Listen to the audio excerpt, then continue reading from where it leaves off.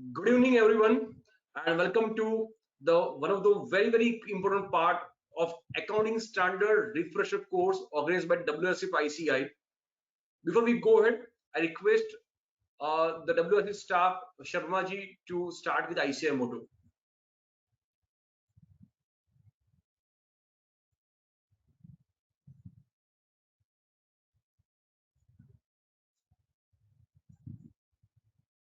Mishra ji.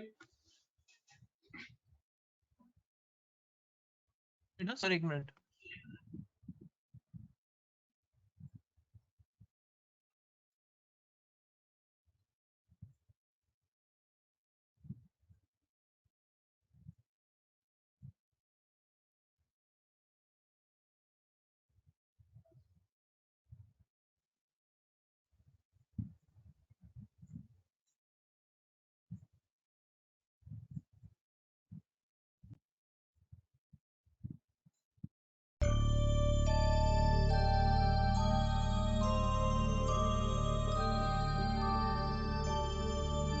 य एष सुप्तेषु जाग्रति य एष सुप्तेषु जाग्रति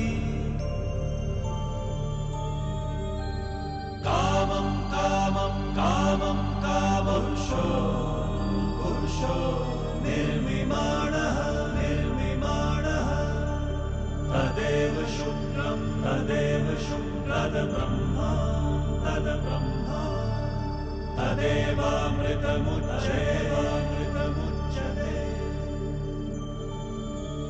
तस्मिन् लोकः शतः सर्वे तदूनात्यति कश्चन एतद्द्वैता एतद्द्वैता एतद्द्वैता एतद्द्वैता एतद्द्वैता एतद्द्वैता.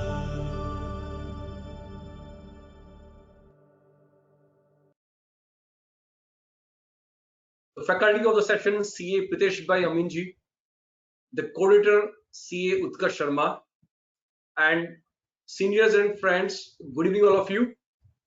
Welcome you to the second last session for the accounting standard refresher course. This particular course is aiming to sharpen the skills on accounting standards. I'm using the word sharpen because we all are aware about accounting standards. However, there's a need to learn, and this refresher course is with the objective that we all are able to abreast with the changes, abreast with the requirements of accounting standards. And today we are having with us a CA Pritesh Amin. Let me give a brief introduction of the faculty. Pritesh Bhai is a partner with KC Mehta and Company, and he was prior to that was in Deloitte's Baroda office for 15 years. His experience in audit for under IFRS, US GAAP, due diligence, advisory in connection with IPO, audits, interim audit, management statutory audits. He has been a short-term secondment to Austria also, and has also worked to United States and UK.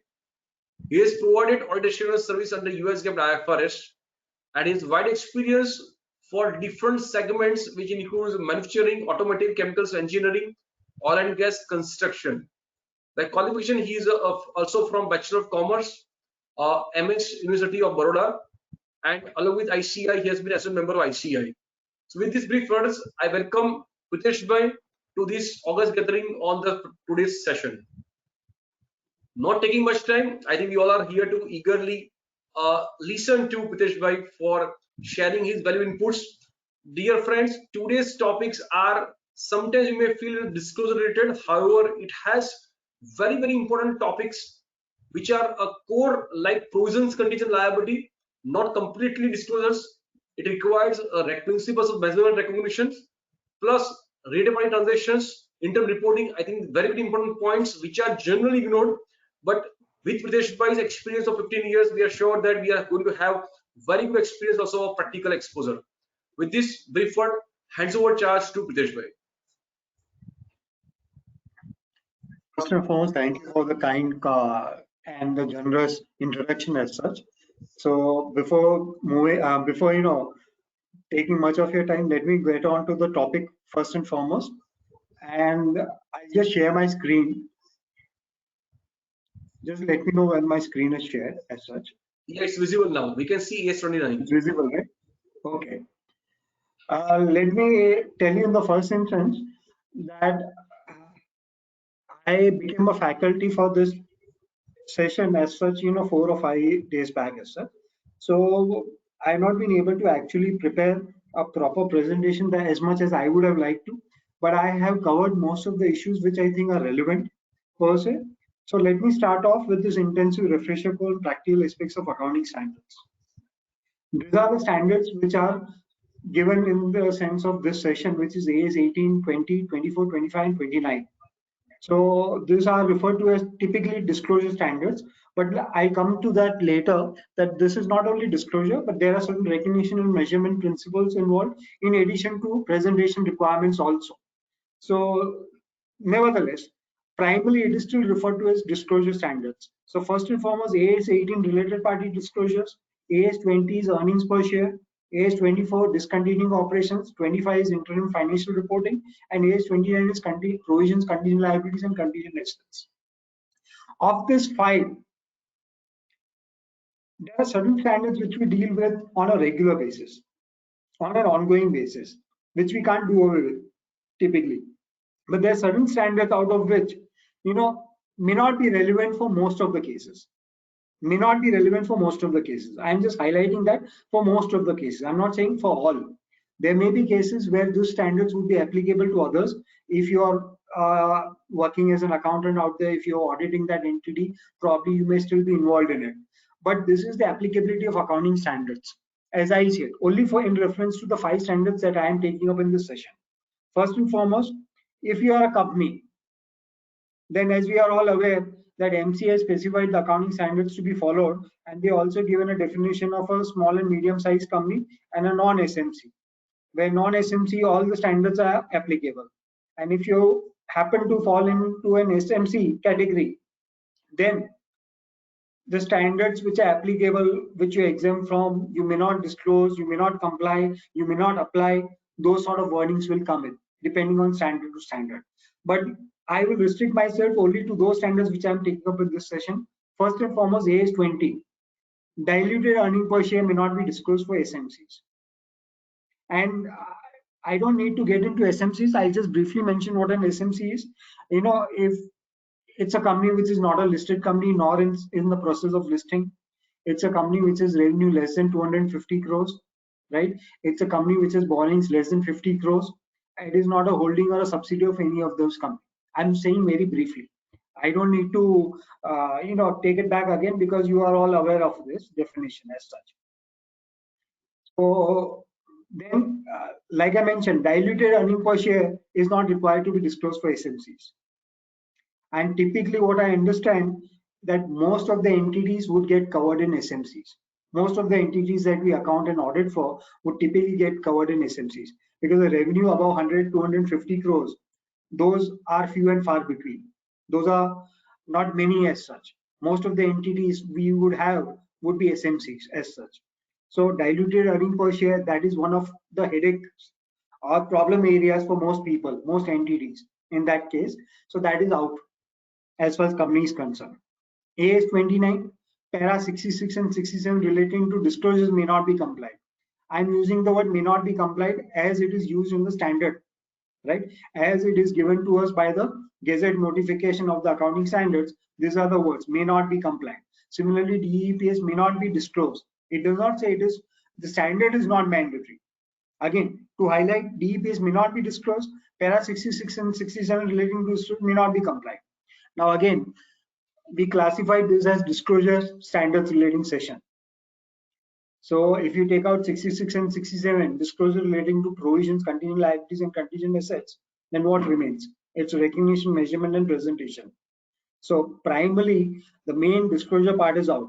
But I am nevertheless going to cover AS 29 because the recognition measurement principles remain and you are required to account in line with AS 29, right? So I will definitely take that up because in practice, that still remains a area which concerns, which issues, comes up as an issue or a problem for many of the persons out there. right? As practicing professional, as on the company side also, this comes up to be a tricky one in few of the cases. Case 29, I'm definitely going to cover in much broader detail as such. Then we come to non-company entities. Like we saw the company entities, non-company entities, as you are all aware, April 2021 onwards, there was a category which is micro entities. We earlier had a concept of small and medium, even otherwise. So now we got medium, small, and micro entities. And again, they have specified that AS 18 and AS 24, it is not applicable to level 3 and 4, which is to say small and micro entities. It is not at all applicable. So again, one huge chunk is out, right? AS 18, so that means the corollary means that AS 18 is applicable to level 1 and level 2. So there are many entities which are likely to be in the medium, if not in the large. So level 1, I am understanding it as large. Then comes the medium, which is level 2. Level 3 is a small, and level 4 is a micro. Okay. So level 2, there are many entities which are going to get captured out there, and AS 18 would be required to be followed. Similarly, AS 24 also would be required to be followed. AS 20 and AS 25, not applicable to level 2, 3, and 4. It's only applicable to large entities. Again, large entities is greater than 250 crores revenue, greater than 50 crores borrowings, right? Same and more pretty much the same definition like in SMC or a non-SMC rather. Okay, so AS 20, let me reiterate once again, AS 20 and 25 not applicable to level 2, 3, and 4. So vast chunk of entities would be out of this. So EPS remains a tricky issue. Practically, will be out of the syllabus in that sense. For most entities, you will not have to do this, and especially and particularly if you don't have shares, even otherwise also earnings per share will not be relevant.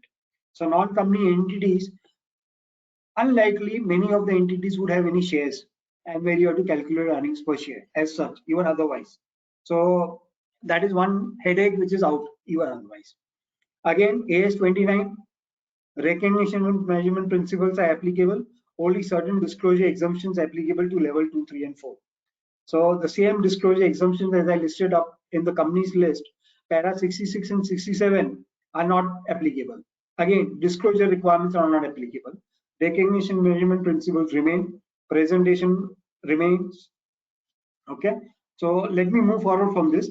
Again, this is only relating to the standards which I am covering in this session. This is not supposed to be an exhaustive summary in terms of what is applicable to all the standards.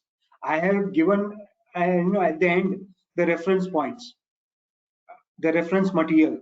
Okay, I have highlighted, I have given the links also out there, which you can refer to. This presentation will be left with the institute, and they will be able to put it up. WIC will be able to put it up on their website as and when I make it available to them. So first and foremost, I'm covering the way I think is more relevant, which is AS 29, then AS 18, then I'm going to take up AS 24, 25, and 20, right?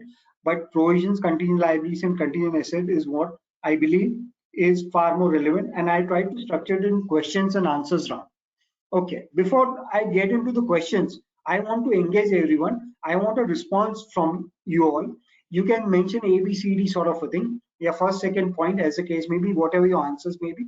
But prior to that, let me take you to some of the material which is already put up by the institute and which I have come across and which is amazing, which is very good to sum up. Since we are already talking about refresher, we are not talking about taking the entire standard. There is a verbal summary, there's a written summary. Okay, verbal in the sense of webcast and audiocast available, which you can refer to, here at your own sweet time in relation to accounting standards through the digital learning hub. There are also materials available on, summarizing the accounting standards, both for professionals and for students. And incidentally, I have come up with material which is given for the students, which is very well done. So I'm not going to reinvent the wheel. I'm going to just pick it up from where it is available. So wherever it is available, and I am giving you reference of where this is available. This is in the chartered account student itself, as you see in the bottom. Similarly, let me take you through one instance. This is material which is put up publicly by Board of Studies on the ICA website. Referential for quick revision. It is in relation to paper 5, advanced accounting. But what I've seen is they do a wonderful job of summarizing this, and it's a visual treat in that sense. It's a diagrammatic form. Because I did my CA a long time back, I cleared in '98. So I recall the days when we had threaded material and it was all written. So you needed to read so many things. Nothing was actually diagrammatic. So things have changed, and there's a good amount of material which has been made available by the institute. It is available on the website.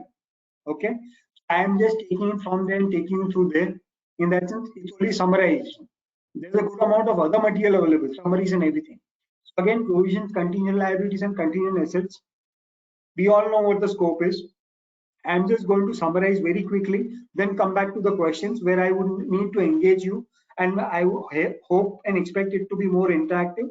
So, we are both able to get more from each other. So first and foremost, scope. We all know AS 29 should be applied in accounting for provision and contingent liabilities and dealing with contingent assets, other than scope exclusions, right? Other than those resulting from financial instruments that are carried at fair value, executive contracts, insurance enterprises, and those which are covered by another accounting standard. Okay, those are not covered in AS 29. Otherwise, you have to use AS 29 for accounting for provisions, contingent liabilities, and contingent assets. Key terms: what are executive contracts? Are contracts with neither party has performed any of the obligations, or both parties have partially performed their obligations to an equal extent, pretty much to an equal extent, right? Those are executive contracts. Why this is required, we'll come to it later. I'm sure everyone is aware of it. We'll have certain examples also in relation to that, so which will clarify more in terms of our understanding of this matter. Provision is a liability measured only by a substantial degree of estimation.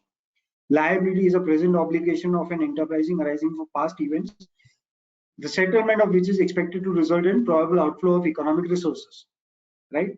An obligating event is an event that creates an obligation that results in an enterprise having no realistic alternative to settling that obligation.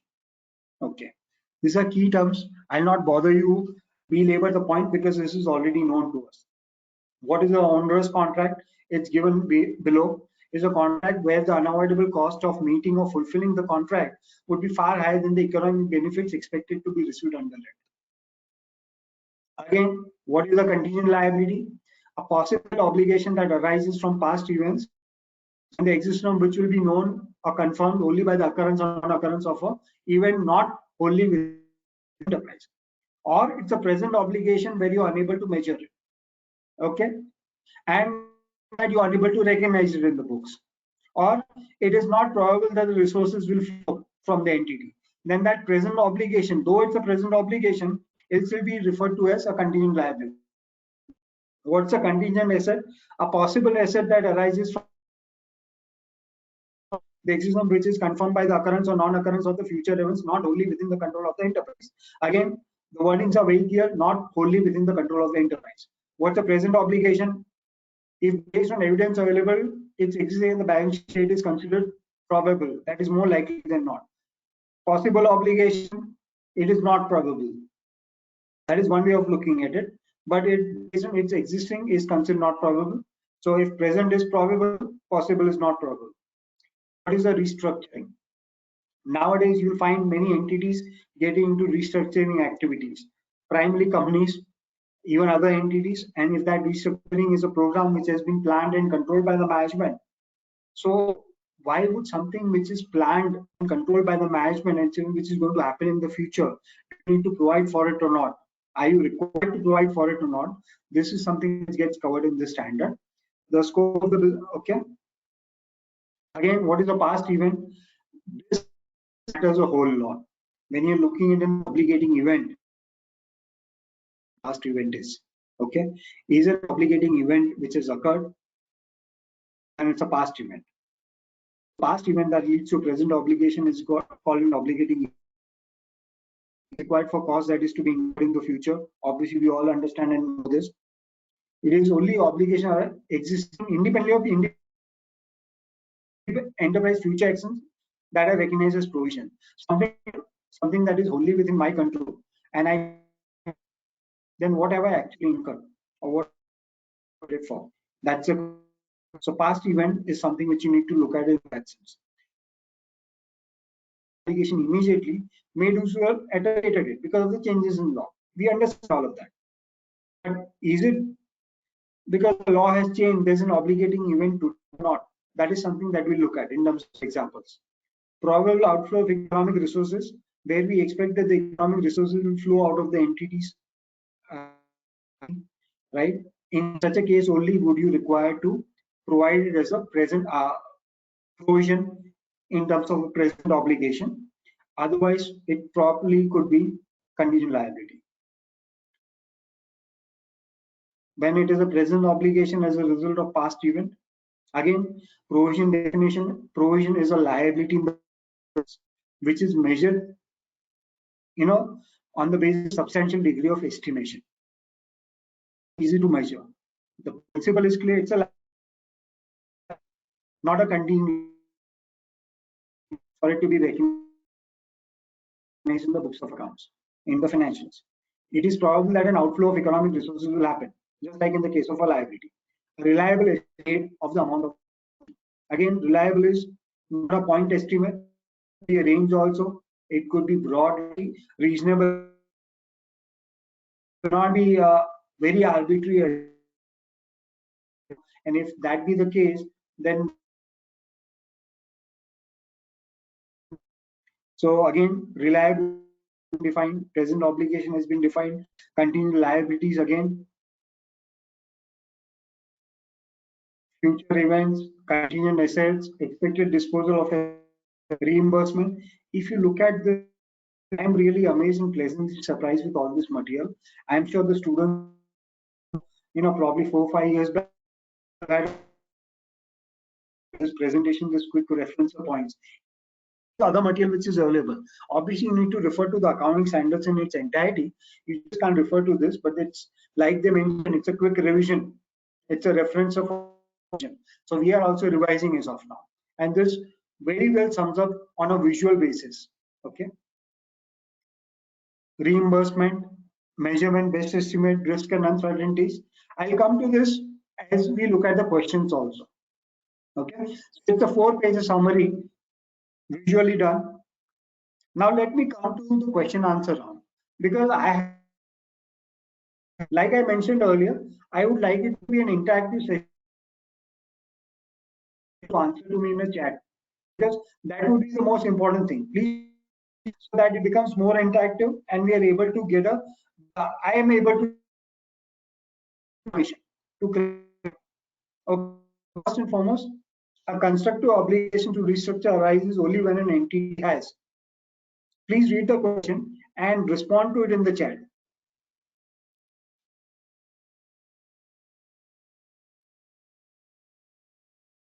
Hello.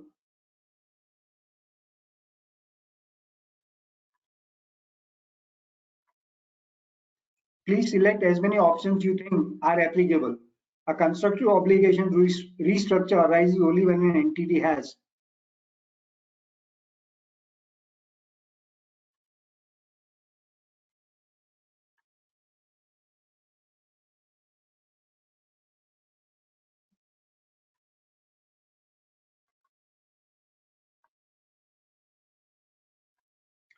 Are you able to respond to in the chat?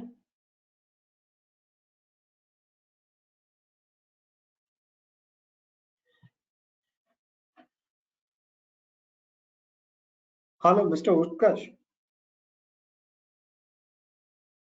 Yes sir, Pritesh sir बोलिए। हाँ, वो responses आ रहे हैं chat में, देख सकता हूँ। एक मिनट आपको ऑर्गेनाइजर बना रहा हूँ, 1 minute.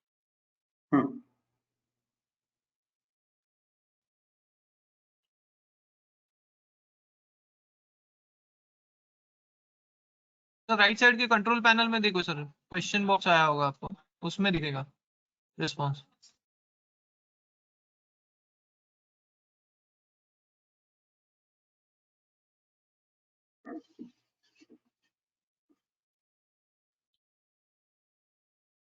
Okay. Questions, man? Am I able to see the responses in the questions or in the chat?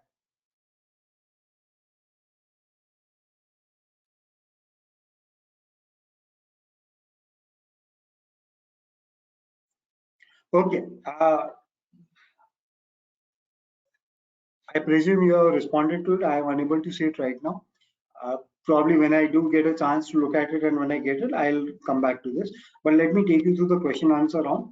So a contractual obligation to restructure arises only when an entity has a detailed formal plan for the restructuring, a detailed informal plan for the restructuring, or raises a valid expectation with the management that restructuring will be carried out, or raised a valid expectation those affected that it will carry out the restructuring by starting to implement that plan or announcing its main features to those affected by it, right? The responses would be typically your first and the last one.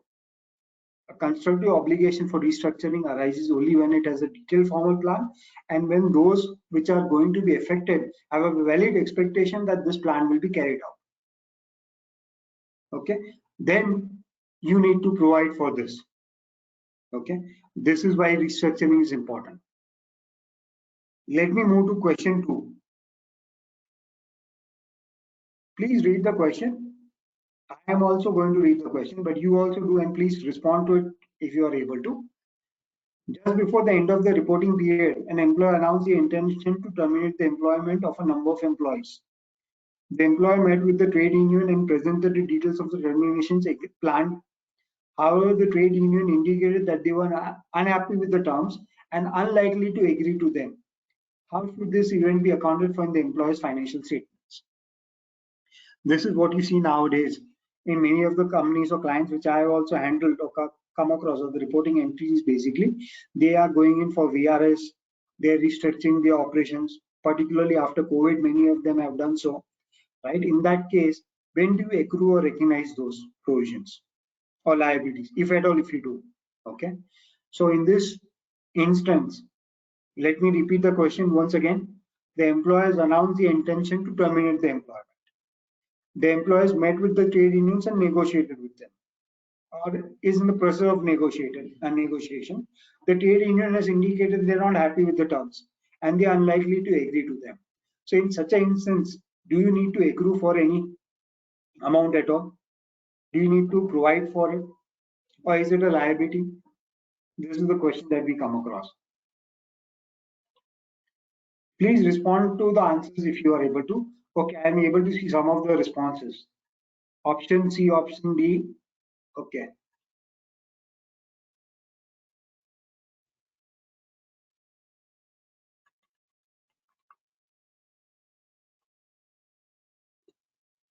Some are saying option D, some are saying option C. Okay. Okay, let us go through one of the responses and then we'll come to the answer also. The employer has a detailed plan for the termination and has created a constructive obligation through announcement of it and discussion with the trade union. Therefore, provision should be recognized. As the employees to the trade union have not indicated the acceptance of the plan, no constructive obligation exists and no provision should be made. A contingent liability should be disclosed as the amount of provision will be confirmed by the acceptance of the terms by the employees in the trade union. Response or the answer would be option A, so to speak. Why option A and why not option B and option C? Let me take you through option B first and foremost. As the employees to the trade union have not indicated the acceptance of the plan, no constructive obligation exists. Again, like we saw earlier in this PDF document,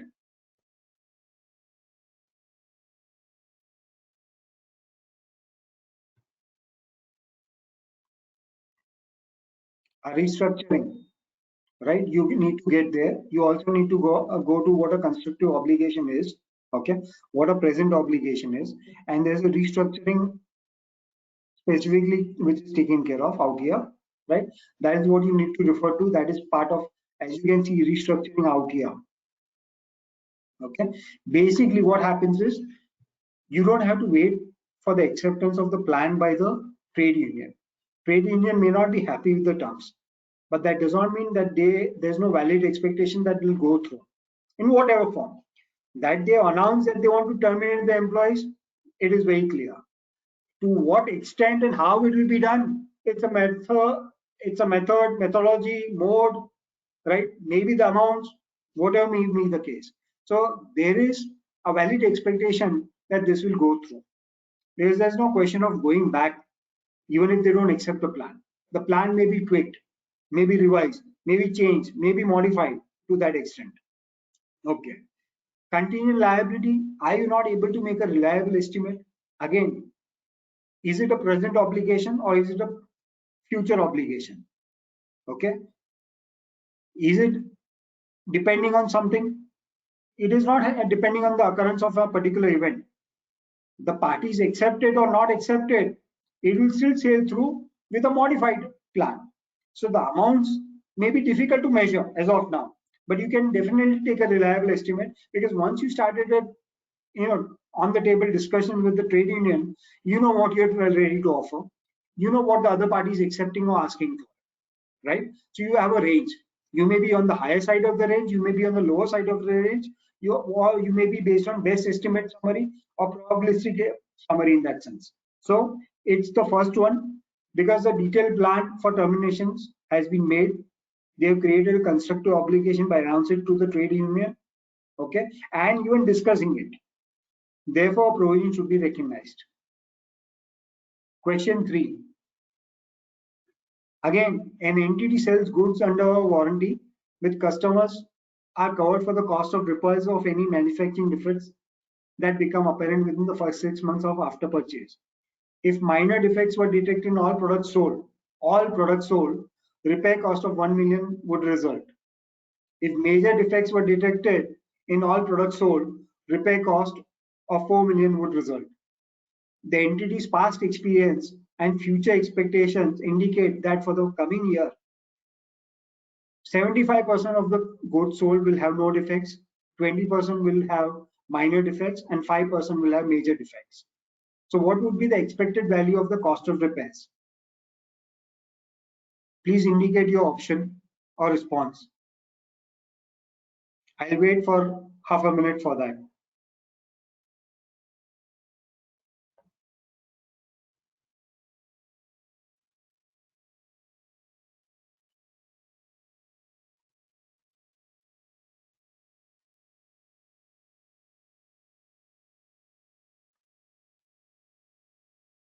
Okay, so again, let me reiterate and repeat the question. An entity sells goods with a warranty. They have come out based on their experience that if there are minor defects, you're likely to incur a cost of 1 million. Minor defects on all products sold, then the repair cost would be 1 million. If there are major defects in all products sold, let's say, then the repair cost would be 4 million. But the past experience and future expectations indicate that 75% of the goods will have no issues, no defects at all. 20% will have minor defects and 5% will have major defects. So what would be your option? What would be the expected value in terms of the cost of repairs? Expected value, okay? 400,000. How does that work out? Let's say 1 million is for all products sold. So what is 20% of that for minor defects? 200,000. Okay, and 4 million if all products have a major defect. 4 million for all products sold. So what is 5% of that? 5% of 4 million is 200,000. So the expected value of the cost of repairs is 200,000 for minor defects for 20%, 200,000 for major defects for 5%, and the aggregate is 400,000. So that is how you would provide for in the financial, right? This is on expected value basis. You may have a better basis, better methodology to work out your warranty estimate, but this is one of the basis, acceptable basis to work it out, and the expected value in this instance would be 400,000. Okay, let me move forward. An entity has recognized a warranty provision in statement of financial position or balance sheet. It has also taken out an insurance policy against returns from customers under terms of the warranty offer. So you have taken an insurance also out if you were to have a warranty expense. Proceeds from this insurance policy can be offset in the statement of comprehensive income against the warranty provision expense. Again, statement of comprehensive income is total comprehensive income. That is to say in the P&L, basically. Is this statement true or false? Please indicate your response. Please read the question. I'll wait for half a minute for your responses.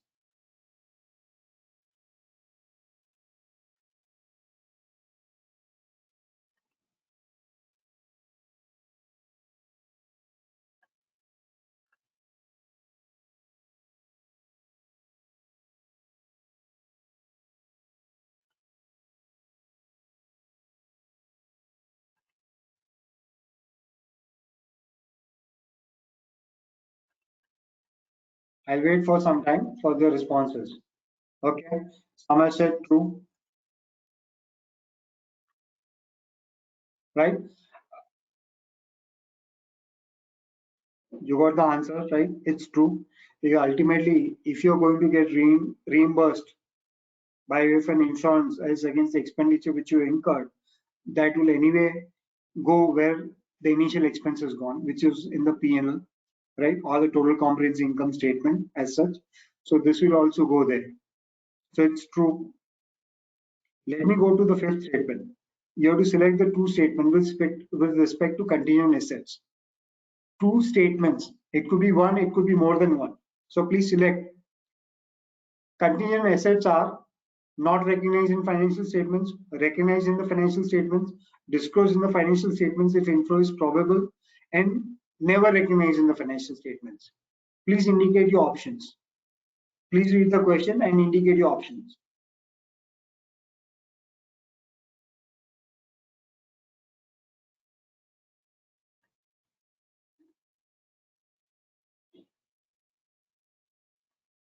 Please indicate your options. It could be one option, it could be more than one. Select one or more options and click submit. Don't click submit. You need to respond to in the chat or the questions basically. Right? I'll take it up from there. I'll look at that.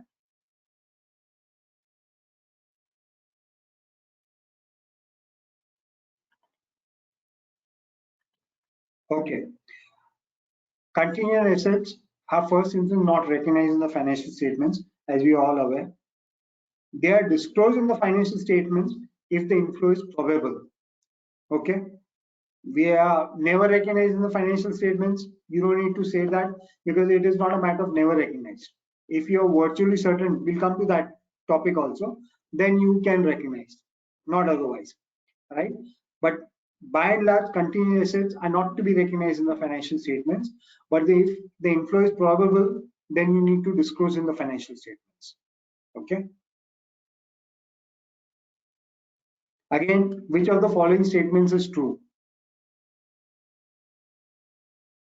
Only one option out here. A contingent asset can only be recognized if the inflow of economic benefits is virtually certain. Future operating losses meet the definition of a liability if they can be measured reliably. An entity estimates a liability to be at least 5,000, 90% chance, and 10,000 at most 10% chance. It should recognize a liability of 10,000. Please indicate your options. Please go through the question. I'll wait for half a minute and we'll move forward from there.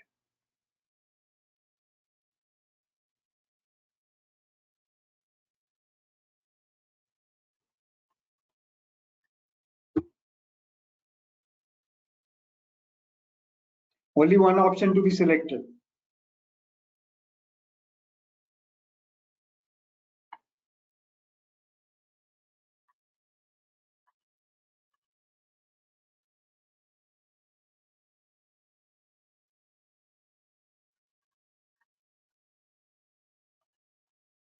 Okay, I think I pretty much answered this in the last question itself.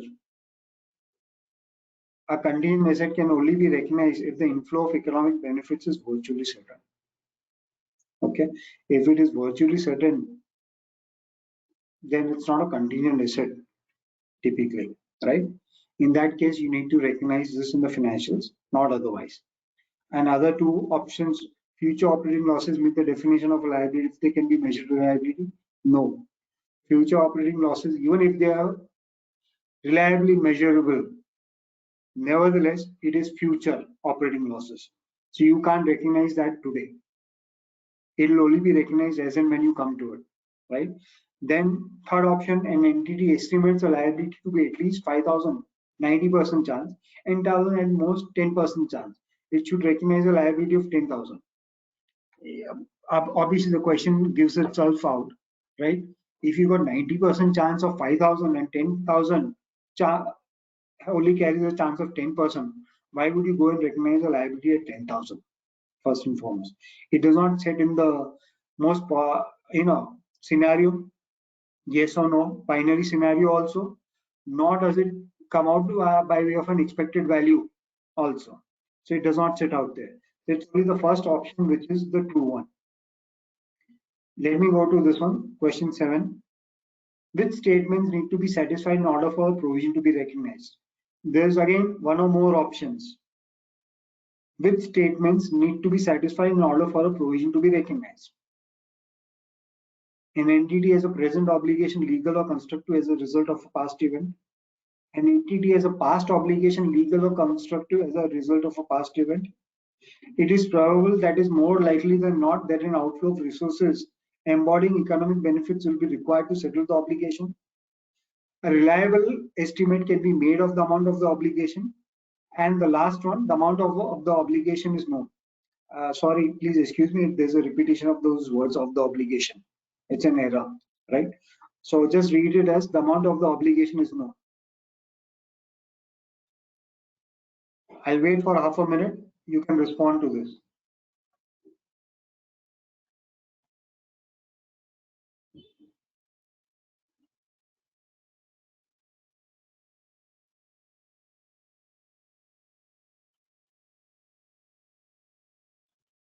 Which of the statements are true?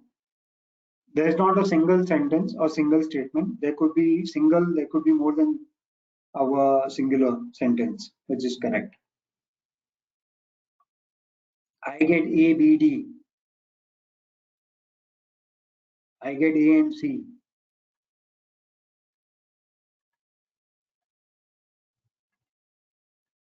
Mr. Harish has given A and C. Mr. Suman has given, or Ms. Suman, and please excuse me, ABD. I cannot see the entire name, so that is why please excuse me. It's ABD. Okay. So let me move forward. All. There's someone who's telling me all. We'll come to that in the next, this one. Is the ABD? No, it's ACD. Okay. An entity has a present obligation, legal or constructive, as a result of a past event. That is what the definition is, as we looked at it right now. Let me get back to this. You can keep this with you.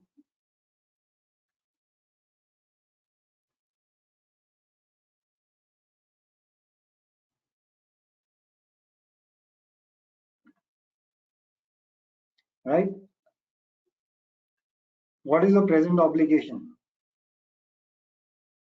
More likely than not, probable outflow. Okay, we looked at this.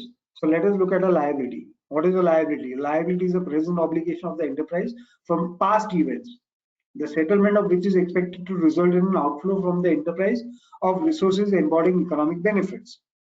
That's the very definition. Okay, so an entity is a present obligation, legal or constructive, as a result of a past event. An entity is a past obligation, then why did you not recognize that earlier itself? If it was the past obligation, right? The event also occurred in the past. You had an obligation in the past itself. Why would you waiting for it to be recognized today? It would be a prior period error if you're not already so done. Okay. So second option is out. First option in. It is probable that more likely than not that an outflow of resources would happen, would be required to settle the obligation. That is the very definition of a liability. And for you to recognize something in the financials, it has to be a reliable estimate or reliably measurable. Okay, so that is the D option. So it is A, C, and D. Okay, the amount of the obligation is known. It has to be reliable estimate of the amount of the obligation. Okay. Question 8. An entity is planning to install smoke filters as a result of new legislation, which was announced at the end of the reporting period. Which of the following statements are correct? Which of the following statements are correct? Could be one or more options. Please go through the question and respond. Please go through the question and respond. I'll read out the options. As a result of the new legislation, the entity has a constructive obligation. Therefore, provision should be recognized. This is a future event. Therefore, there is no obligating event and no liability should be recognized. This is a liability that will be confirmed by the occurrence of a future event. Therefore, a contingent liability should be disclosed. Any penalties arising because the entity fails to install smoke filters or are late in installing the filters shall be provided for the date that legislation is passed. Please respond with the options. Someone has asked me, can you share the PDF? It'll be definitely shared. I'll share it with WIC. They'll be putting it up, or they'll distribute as the case may be, whichever form they believe.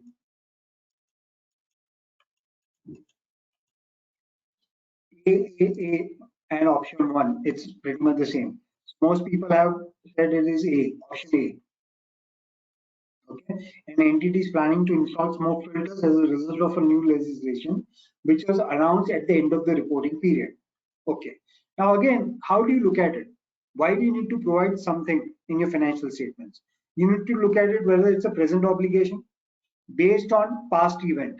Okay, those are two things which you are supposed to look at. Now, does it fulfill the requirement of a present obligation? Does it fulfill the requirement of a past event? Let's look at that. Okay, these are the responses. You are required to install smoke filters. When the legislation comes and you're required. Okay, and you're planning to do so. There's no past event which is requiring you to install this. Any new sales that may happen will have to happen accordingly. So why do you want to recognize something in the past? Okay, so it is not option A. There's no past event which has occurred. There may be present obligation because of the legal requirement, but the legal obligation is only when you sell something. Okay, you can't sell a filter. Okay, you can't sell a vehicle. You can't sell all of that without a smoke filter. So it's based on sales, which is future, which is not in the past. Okay, so this is a future event. Therefore, there is no obligating event and no liability should be recognized. Again, any penalties arising, now this could come in. Any penalty that may arise because the entity fails to install the smoke filters or are late in installing the filters shall be provided at the date the legislation is passed. If you are required to do already and the legislation come into picture and they provided for any penalties of not doing so, or there may be a retrospective treatment. Some legislation may have a retrospective effect that they may say that 6 months before also you should have installed. It was already in the offering. Why didn't you not do that? Probably, which is very unlikely, right, with a retrospective treatment. But nevertheless, if you have such a thing and you already delayed and you sold off certain things, then you will have to provide for it. Question 9. A mining entity has damaged the environment through its past operations. At the end of the reporting period, legislation is passed requiring the entity to repair the damage. Is it appropriate for the entity to recognize the provision? Again, select one or more options. Consider the question again. Consider the previous question also. Previous question, you are required to install smoke filters. Okay. When? On what? Okay. So present obligation has to have a past event. Was there a past event in the previous question? Is there a past event in the current question? That is what you need to understand and look at. Okay. So please consider that thoughtfully in that sense and answer and respond to it. A mining entity has damaged the environment through its past operations. The key words being it has already damaged the environment in the past. At the end of the reporting period, the legislation is passed requiring the entity to repair the damage. Now, legislation does not mention out here that it's prospective basis. You're required to repair the damage. Okay, the damage may have been caused in the past, may not be after the legislation, prior to the legislation, but nevertheless, you are required to repair the damage. Okay, is it appropriate for the entity to recognize a provision? Yes, because the legislation creates a legal obligation. Yes, because the legislation was passed at the end of the reporting period and therefore there is a past event. Yes, because the damage occurred in the past and hence there is a present obligation to repair the damage. Please look at the three options. All of them are yes, but which yes is the correct one?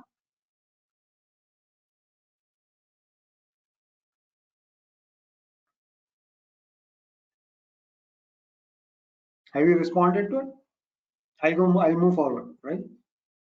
Again, as you can see,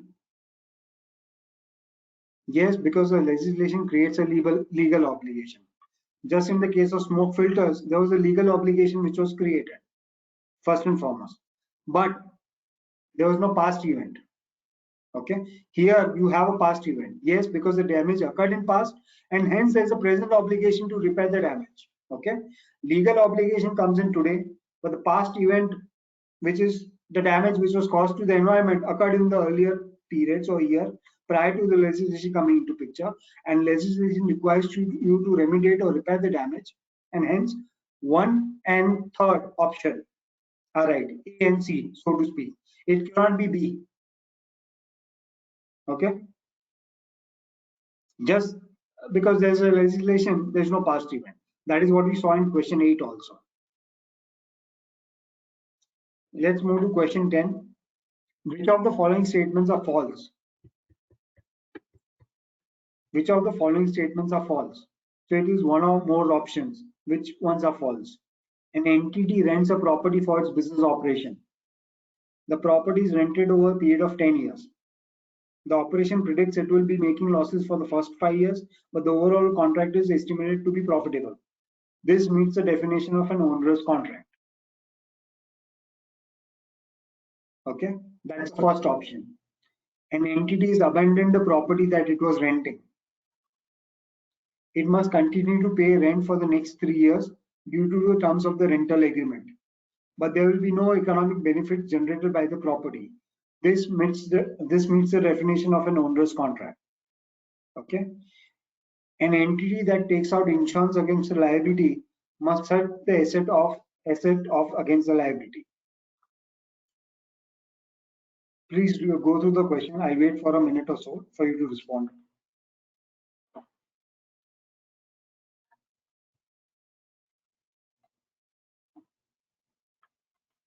One or more options. Which one is false?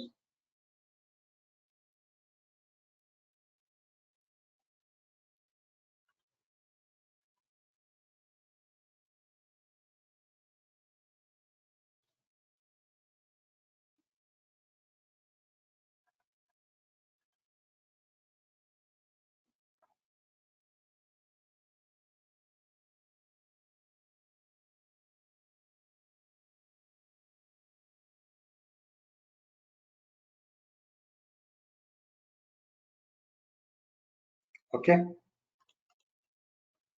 Let me move to the answer.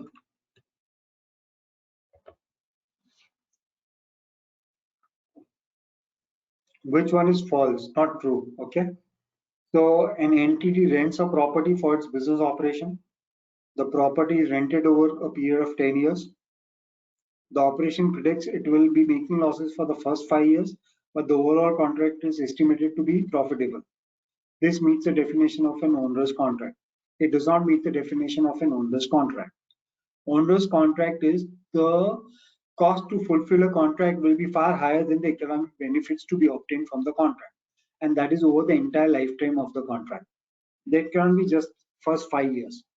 So as you can see from the question or from the statement, that over the period of 10 years, when the contract is going to be valid, you're going to be profitable, right? First 5 years you may be making losses, but the overall contract you're going to be profitable. So it does not meet the definition of an onerous contract. It's a false statement. An entity that takes out insurance against a liability must set the asset off against the liability. No, you're not allowed to do so. You cannot offset a reimbursable asset or recoverable asset against a liability. You can probably present it, but you cannot offset it. Okay, you can present it that this is a loss which I and let, or you can present this is insurance which I received towards that loss, but you'll have to present it on a gross basis. Okay, it can't be offsetted. So this statement is also false. The only true statement is an entity has abandoned the property that it was renting. It must continue to pay rent for the next 3 years due to terms of the rental agreement, but there will be no economic benefit generated by the entity. This meets the definition of an owner's contract, which is very true. You're not going to get any benefits, but you are required to pay out for the next 3 years. And you abandon the property, you probably move to a new property or whatever be the case. In that case, against this contract, you have a liability or you have a cost more than the benefit to be obtained, and hence it's an onerous contract. Okay, so this was the question answer round. Now this I have a little longish, this one for contingent for provisions, contingent liabilities and contingent assets. Please go through the sentences. I will also go through it, and you can there are long answers. You can look at the answers after we have gone through the question. First answer, liability which has payment linked to future sales. Entity A faces a claim for an alleged infringement of intellectual property rights. On 31st December, in settlement of the claim, Entity A agrees to pay the claimant a fixed sum plus a variable amount calculated as 1% of any revenue generated by Entity A over the next 5 years from the sales of a specified product.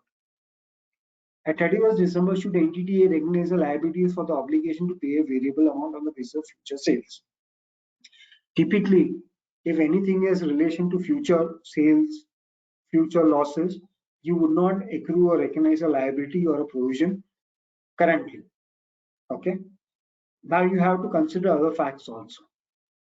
These facts which I have presented out here may not be completely, what do you say, be able to afford a response or an answer, a clear-cut answer to it. You may have some more facts, some more information that you may require. So let me take you through the response as such. This document will be available with everyone, so you can go through it in detail later on. I'm just trying to run through quickly because, like I mentioned, AS 29, though the disclosure requirements are not applicable, but the fact remains recognition measurement is a tricky issue, is a problematic area, or an area which requires a good amount of consideration, right? By practicing professionals, practitioners, by company or reporting entities also. Okay, so that is why I'm spending more time on this. And like I mentioned, as far as the second slide is concerned, applicability. This is applicable to all entities, irrespective of the levels. Only thing which is not applicable is disclosure. Okay, so that is why I'm spending more time on this, because it turns out to be tricky.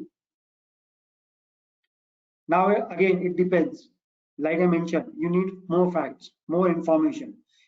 The variable amount that is to be paid based on future sales, does it represent a settlement of the use of IP in the past or a compensation for the future use? Okay, like the question mentioned that entity A faces a claim for an alleged infringement. So other party is already saying you infringed on my intellectual property rights. You are required to pay. So what you have agreed to pay out, is it a settlement of the past claim, or is it actually a compensation for future sales and nothing to do with the past at all? So that is what you need to answer.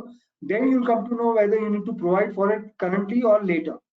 Okay, so if it is relating to the past claims that you're settling, this is the mechanism by where you pay out.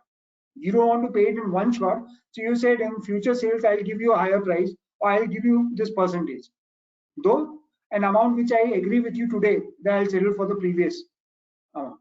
In such a case, a liability will have to be recognized if it is for the past. If it is purely for sales in the future, nothing to do with the past, okay, then nothing to be recognized currently. It is all linked to future sales. Okay. Late delivery penalties. Many cases you find liquid damages or penalties in the contracts. Now this becomes a tricky issue to a certain extent. So let us go through the question first. In some circumstances, a late delivery penalty may be incurred when goods are not supplied by a specified delivery date. Many contracts have such clauses, especially in construction contracts or when you're supplying to government also, right? Your liquid damages clauses, penalties, and the like. At the end of its reporting period, an entity may know that it will not be able to meet the delivery date for the goods to be supplied in the next year. Okay. At the end of the reporting period, I may know I am required to, let's say, supply my goods by May 2022. As of March 22, I am aware that I will not be able to supply by May 22. I will be able to only supply by July 22. So I'll have to incur a penalty in that case. Then should the entity recognize the provision for the penalty as of March 22, as of May 22 also? Okay. So why would I want to recognize something which is going to happen in the future? As of March 22, there's no delay as such. I have definitely entered into a contractual arrangement whereby I would be required to pay a penalty, but that delay has not occurred as of March 22. There's no past event as such. Okay. However, you'll have to look at something else also. First answer, no. There's no past event because the late delivery of goods has not yet occurred. Consequently, there is neither a legal nor a constructive obligation to pay the penalty at the end of the current reporting period, which I think we are all in agreement. At the end of March 22, we have no legal obligation to pay, nor do we have a constructive obligation to pay. So when we don't have anything of that sort, why would you recognize a provision or a liability, as the case may be, as of 31st March? There's no basis. And no basis for recognition of provision for the penalty. However, if the remaining part of the contract as a whole has become onerous as a result of the penalty clause, a provision should be made. Again, so the exception is if it's an onerous contract. If as of March 22 you are able to make out because of the delay, the net price that you are going to get is likely to result in a loss, or the cost to fulfill that contract will be higher than the economic benefits, then it's become an onerous contract as of 31st March itself, then you'll need to provide for it. Not for the penalty per se, right? First part, only if the contract becomes onerous. When does it become onerous? As we saw earlier, it becomes onerous on the entire lifetime of the contract. You can't be looking at it just for the period to period. 3 months, 4 months, 6 months. If it's a 5-year contract, you have to look at it over a 5-year period. If it's a 2-year contract, you have to look at it over a 2-year period. Again, third example, late delivery penalties. Entity A has signed a firm sale contract with one of its major clients. The contract specifies that 100 units of a product must be delivered before 1st February 2022 at a fixed price of CU 10 per unit. The cost of production are 9 per unit. If the products are delivered more than 10 days late, the client will be given a discount of 50% on each delayed product. Okay, on each delayed product, not the entire price. When entity A signed the contract, it had the ability and intention to produce 100 units on time. However, at the end of 2001 or whatever, 11, 21, whatever, it has only been able to deliver 80 units and expects to deliver 10 units before 1st Feb due to manufacturing constraints, and therefore at the end of the reporting period, entity A expects to deliver 10 of the remaining 20 units at the discounted price of 5 per unit. Okay. So like I mentioned, you entered into a contract for supplying 100 units by 1st February. Price per unit that you were going to charge is 10 rupees. Cost per unit was 9 rupees. And if you were, let's say, if you supplied after 10th February 22, okay, then you would have to supply those products which you are supplying at 50% of the price. Okay, so 10 rupees being the price, you will have to supply at 5 rupees. So in this case, they've delivered 80 units. They delivered 10 more up to 1st Feb, and 10 are unlikely to be delivered before the deadline. In such an instance, what will happen is the remaining 10 which are done after the deadline would be at 5 rupees. Okay, so that's how it is worked out. So total revenue from the contract will be 950, 19 to 10. It is 90 units you have supplied in time, so that will be full 10 rupees price. Remaining 10 at 5 rupees. So total cost will be 100 into 9, 900. So it is still profitable. It has not become onerous. Okay. However, the situation at the end of reporting period is as follows. Entity A is recognized 800 revenue, 720 cost, and profit of 80 rupees. Entity A expects to deliver 10 units on time at a profit of 1 rupee per unit, which is 10 rupees. and entity A expects to deliver 10 units after the deadline at a loss of 40. That's to say 5 rupees loss per unit.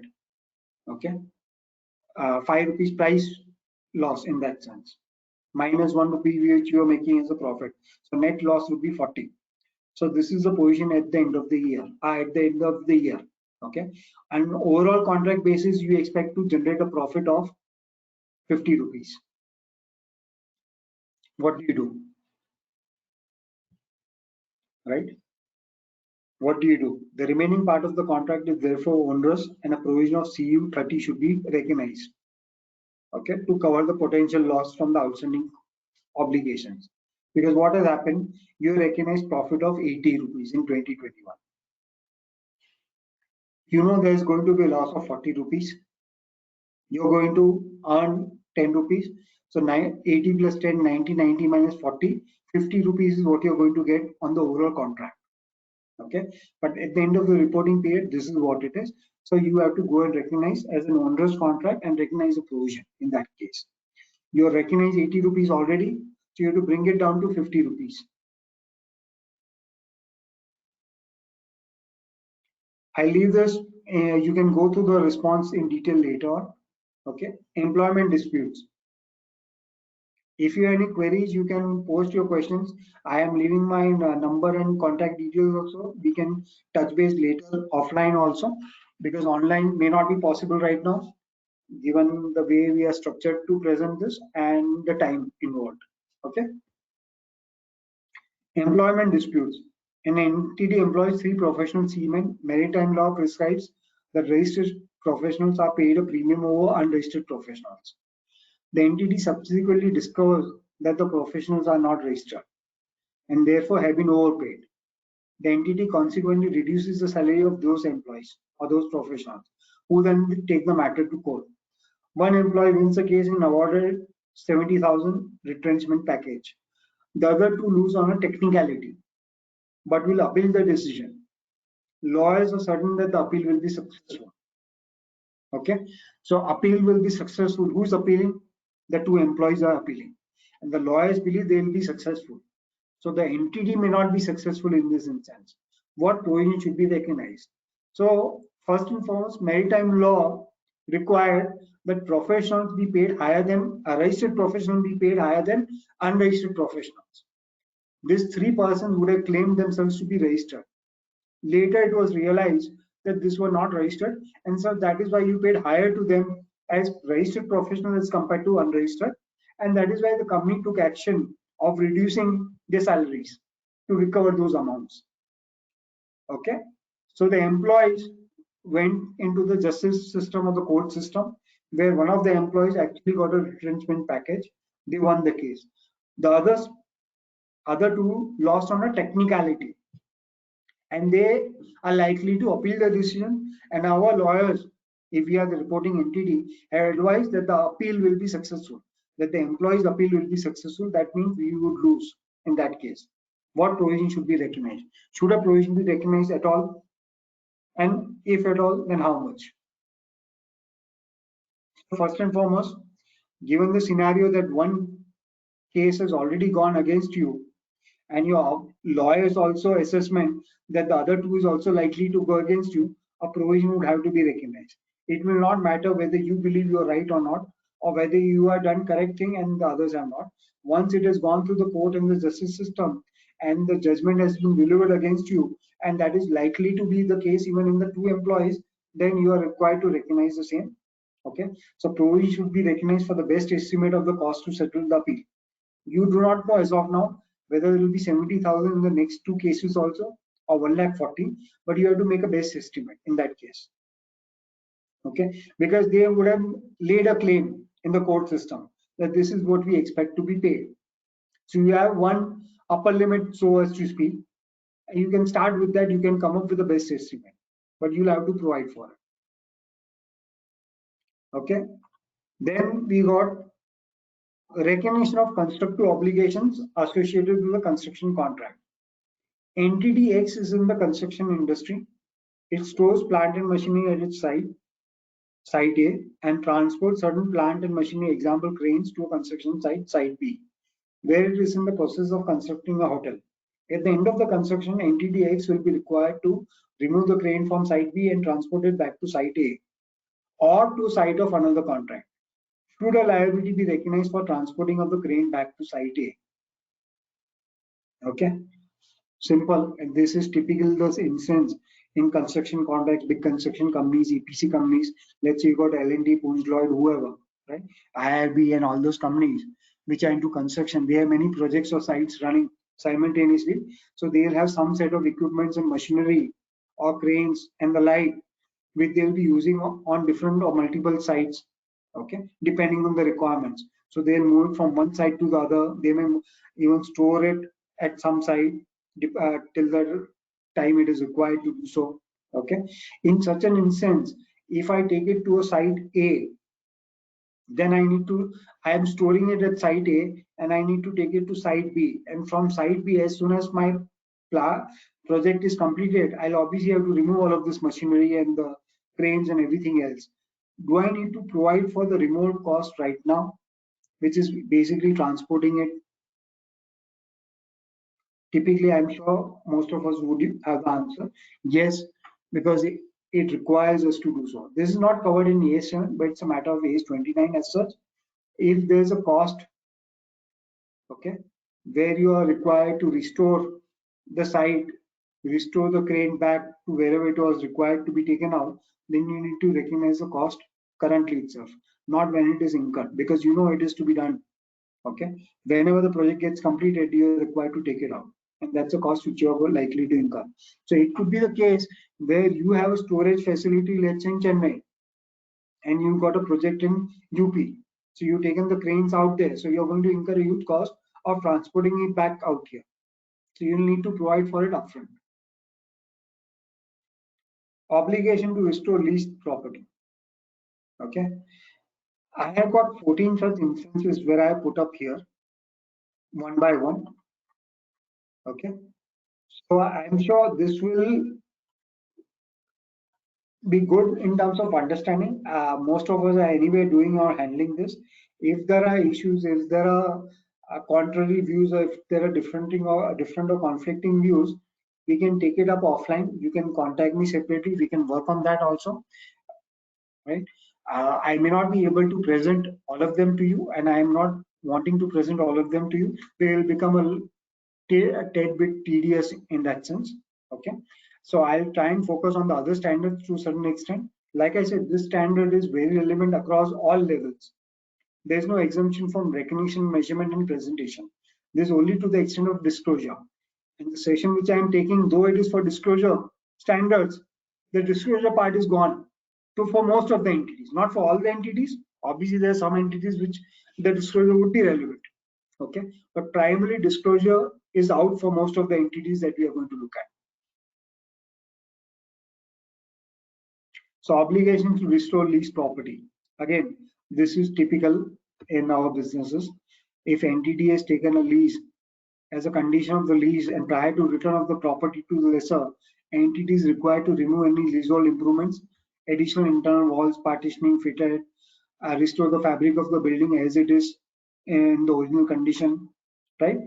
This is where you've taken up an office anywhere, you would have to restore it back to its original position, okay, original condition. So when should the entity recognize the provision? Should it be done only at the end of the period? Should it be done upfront itself when you are aware that is required to be done?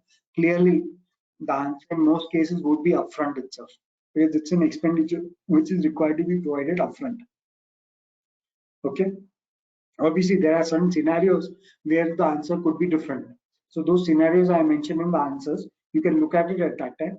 But by and large, in most cases, if you know that there is a clause where you are required to give back or hand over or abandon or terminate the lease, right? And give it back in the original form or restore it to its original form to the extent possible, original condition, then you got a liability right from the beginning when you are entering into such lease or a contract. Vouchers issued for no consideration. This I'm sure many of the clients have this, where they issue vouchers within the set period to obtain discounts. discount coupons, discount vouchers, okay. Hotels and all those entities typically do. Amazon and many other places also they do. Now you got cashback and all those offers also from Paytm and financial technology companies also, and many other websites, e-commerce websites also they have that, right? So what do you do? Should the entity recognize the provision in respect of the vouchers distributor? Okay. So you got in many other places like Chroma and Reliance Digital, if it goes beyond a particular value, they give you some vouchers. They do it in restaurants also. They do it in the hoteling industry also as such. Answer again. First and foremost, ask yourself these questions before you answer this. Is there a present obligation? Generally, the answer will be yes. However, if they reserve the right to terminate at any point in time without any recourse to anyone, then may not be the case. Unless there's a constructive obligation sort of a thing, there you may not be able to get out of it. Though legally you may be able to, but if you do it once, people will have no credibility and trust on your vouchers and this one. Then in that case, there may be a problematic thing, and you may have to still provide for some things, depending on what you expect to come in, right, in terms of a cost. Is it probable that the economic benefits will be transferred? Okay. Can a reliable estimate be made? Again, this may be a little difficult unless you got past experience for that. Okay. But by and large, you still try and make a reliable estimate.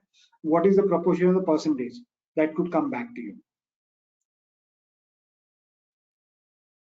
Obligation for future cost, major refit and repair cost. Again, if it's for future cost, there's no linkage with the current usage.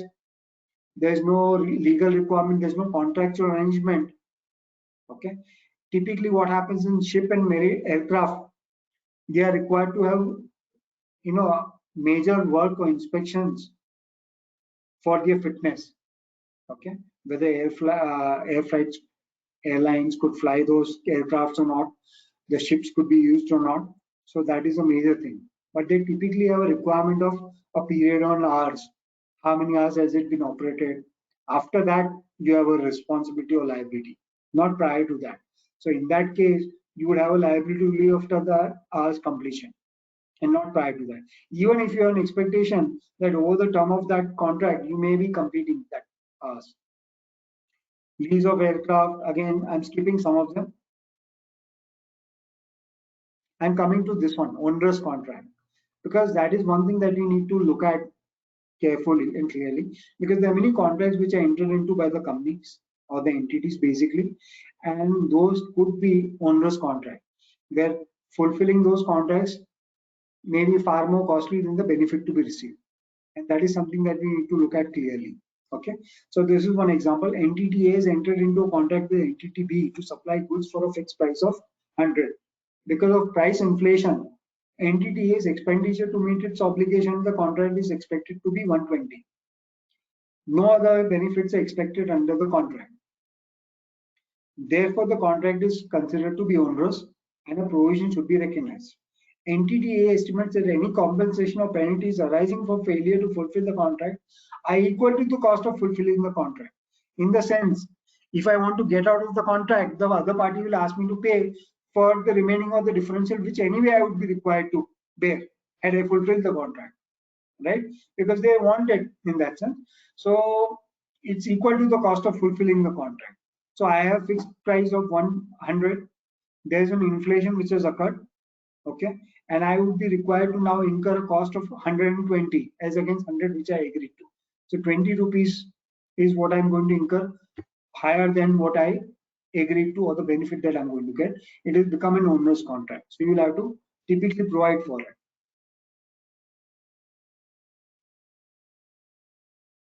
Can be a little variation on the first one. Okay. Entity A has entered into a contract with entity B to supply goods for a fixed price of 100.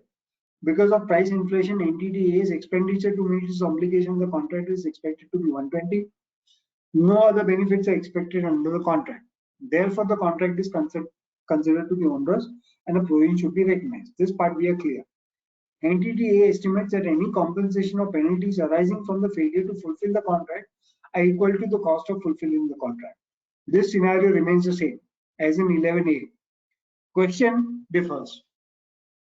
At the end of the reporting period, entity A has commenced negotiations with entity B with a view to increasing the price at which the goods are supplied in the contract. Okay. As per the terms of the contract, entity A agreed with entity B 100, okay, 100 rupees as such. Let's, for the sake of an example, 100 rupees. Now I know I am going to incur 120 rupees. I am entity A. So I initiated negotiation with entity B. Okay, that the prices have increased, the cost have increased, and I'll incur a higher cost. Okay, and I'll, in order to service that, I may not be able to service it. I may go bankrupt, or I may have issues. I may not be able to do it, and you will also lose out in the end to a certain extent. What sort of reasons I may give, that's a different thing. So entity expects that the entity B will be willing to agree to such a price increase so as to avoid entity A ceasing to trade as a result of the losses incurred under the contract, which is but natural. They may give me a leeway. They may be ready to bear entire 20 rupees, 15 rupees, 5 rupees, 10 rupees. We are not sure. But they may be willing to renegotiate. Should the potential renegotiation of the supply contract between entity A and entity B be reflecting the amount of provision recognized for the owner's contract? Simple as this, right? Earlier scenario, what we saw is that contractually it is agreed. Current scenario also contractually it is agreed that I am supposed to fulfill the contract. There is no price inflation, which has been so provided, right? Now, after COVID, there are many such instances where there was no price inflation in the contracts, but there's an actual inflation which is much more higher. Some cases it is double digit also, and or high single digits, where the economics of the contract has undergone a change, has been tossed out completely, right? And you are in a lost situation. So they may negotiate with the customer. They may be able, they may be successful, they may not be successful, they may be partially successful, okay, whatever. But typically the negotiations has been taken, okay. In such an instance, do you consider the fact that the negotiation has undertaken and it is likely to be successful, and that is why I do not provide for it, I provided a lower amount? No. Again, simple. Why? Because it is based on contractual arrangement. Whatever you are likely to negotiate is a matter which is still not settled as such. And when it is unsettled, you know what is a settled thing. Contractual arrangement, contractual agreement. That is there. That is very clear. Who is responsible for what? So your negotiations, your discussions, your pleadings are not to be factored in. Unless they've gone to a significant level where they have given a go ahead to certain amount, then you may. Okay, so it depends on that. So you might have to get other facts also. Lease termination. Again, this is something which comes up. An entity has developed a detailed formal plan for restructuring a business.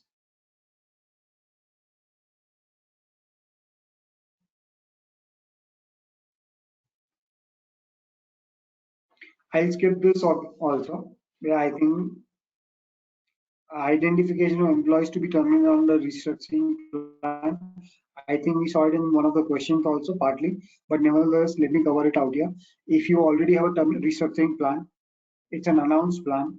The parties which are going to be affected believe or expect it to be fulfilled, the restructuring to be carried out. Okay, then you have a case for provisioning, not otherwise. Okay. Vacant property. Let's look at the last one out here. Company X entered into an operating lease over property several years ago. The property is now surplus to the requirements of the company, and the company X has vacated it. The lease has 3 years to run with an associated expense of 10,000 per year. Company X believes it may be able to find a tenant to take a sublease of the property, but that it might only receive 8,000 per year from the sublease. Alternatively, the landlord is prepared to terminate the lease and forgive the future rentals of 30,000 if company X makes a termination payment of 5,500. What, if any, provision should company X recognize in relation to the operating base? First question, is it an onerous contract or not? Okay, if it's an onerous contract, you'll have to recognize the provision. Then, in what amount, to what extent, how do you calculate that? Typically, the answer is the least cost to exit the contract. Okay, either to exit the contract or to run through the entire contract. Whatever be the least cost is what you need to recognize. So in this case, obviously, first and foremost, our response is because the property has been vacated and the continuing rentals are not expected to be recoverable from subleasing the property, a provision should be recognized. It has become onerous. The provision should represent the best estimate of the expenditure required to settle the obligation. If company subleases the property, it is likely to get how much? 24,000, 8,000 into 3. And it has to pay to the landlord 10,000 into 3, 30,000. So the remaining net differential is 6,000 deficit. However, in the case I terminate the contract with the landlord itself, then I'll have to pay 5,500, which is the lower amount. I'll have to provide for this 5,500. Okay, so I come to this provision, contingent liabilities and contingent assets. Disclosures paras are 66 and 67. Again, you can refer to this. This is a good material which I come across. Like I said, it's for student, but it is equally relevant for the professional also. You obviously need to read the entire accounting standard as such, but this is a very good summary. Okay, visual summary. There are other summaries also available, which I am going to give links to in the resources that I referred to. Okay, I have not gone ahead and reinvented the wheel because it's a very well done job out here in terms of visual presentation. So I'm just referring you to this only. And mind you, AS 29 has not undergone a change from what was present in 2018. Okay, so you can use this as such, as no change at all. Okay, so now we come to AS 18 related party disclosures. Again, like I mentioned in the second slide, AS 18 is applicable to, or rather, let me put it differently, not applicable to only to 2 levels, level 3 and level 4. Otherwise, it is applicable to level 1 and level 2 in non-company entities, and for companies, it is applicable to all. Okay, companies, it is applicable to all, and in non-company entities, it is applicable to level 1 and level 2. Only to level 3 and level 4, it is not applicable. Again, I am taking the standard primarily from an accounting angle, not from an auditing angle, right? So other standards which you need to factor or consider in terms of standards in auditing are just listed out here. In addition, you have to obviously consider Companies Act requirements for identifying related parties, SEBI LODR, where if it is under SEBI, it is in days anyway, so this is not greatly relevant right now, but you might as well have an understanding of what a related party under SEBI is. So that will clarify your thoughts more so in terms of what can be considered as related party. Though finally you have to go as per the definition of related party in the accounting standard and the Companies Act. Income tax only for the sake of understanding. Again, these are certain examples, but prior to that, let me come back to this again.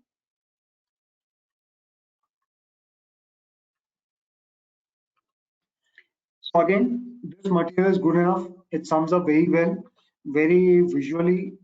You are able to see very clearly, and it's probably a 2-page or 3-page summary, right? It's a 3-page summary.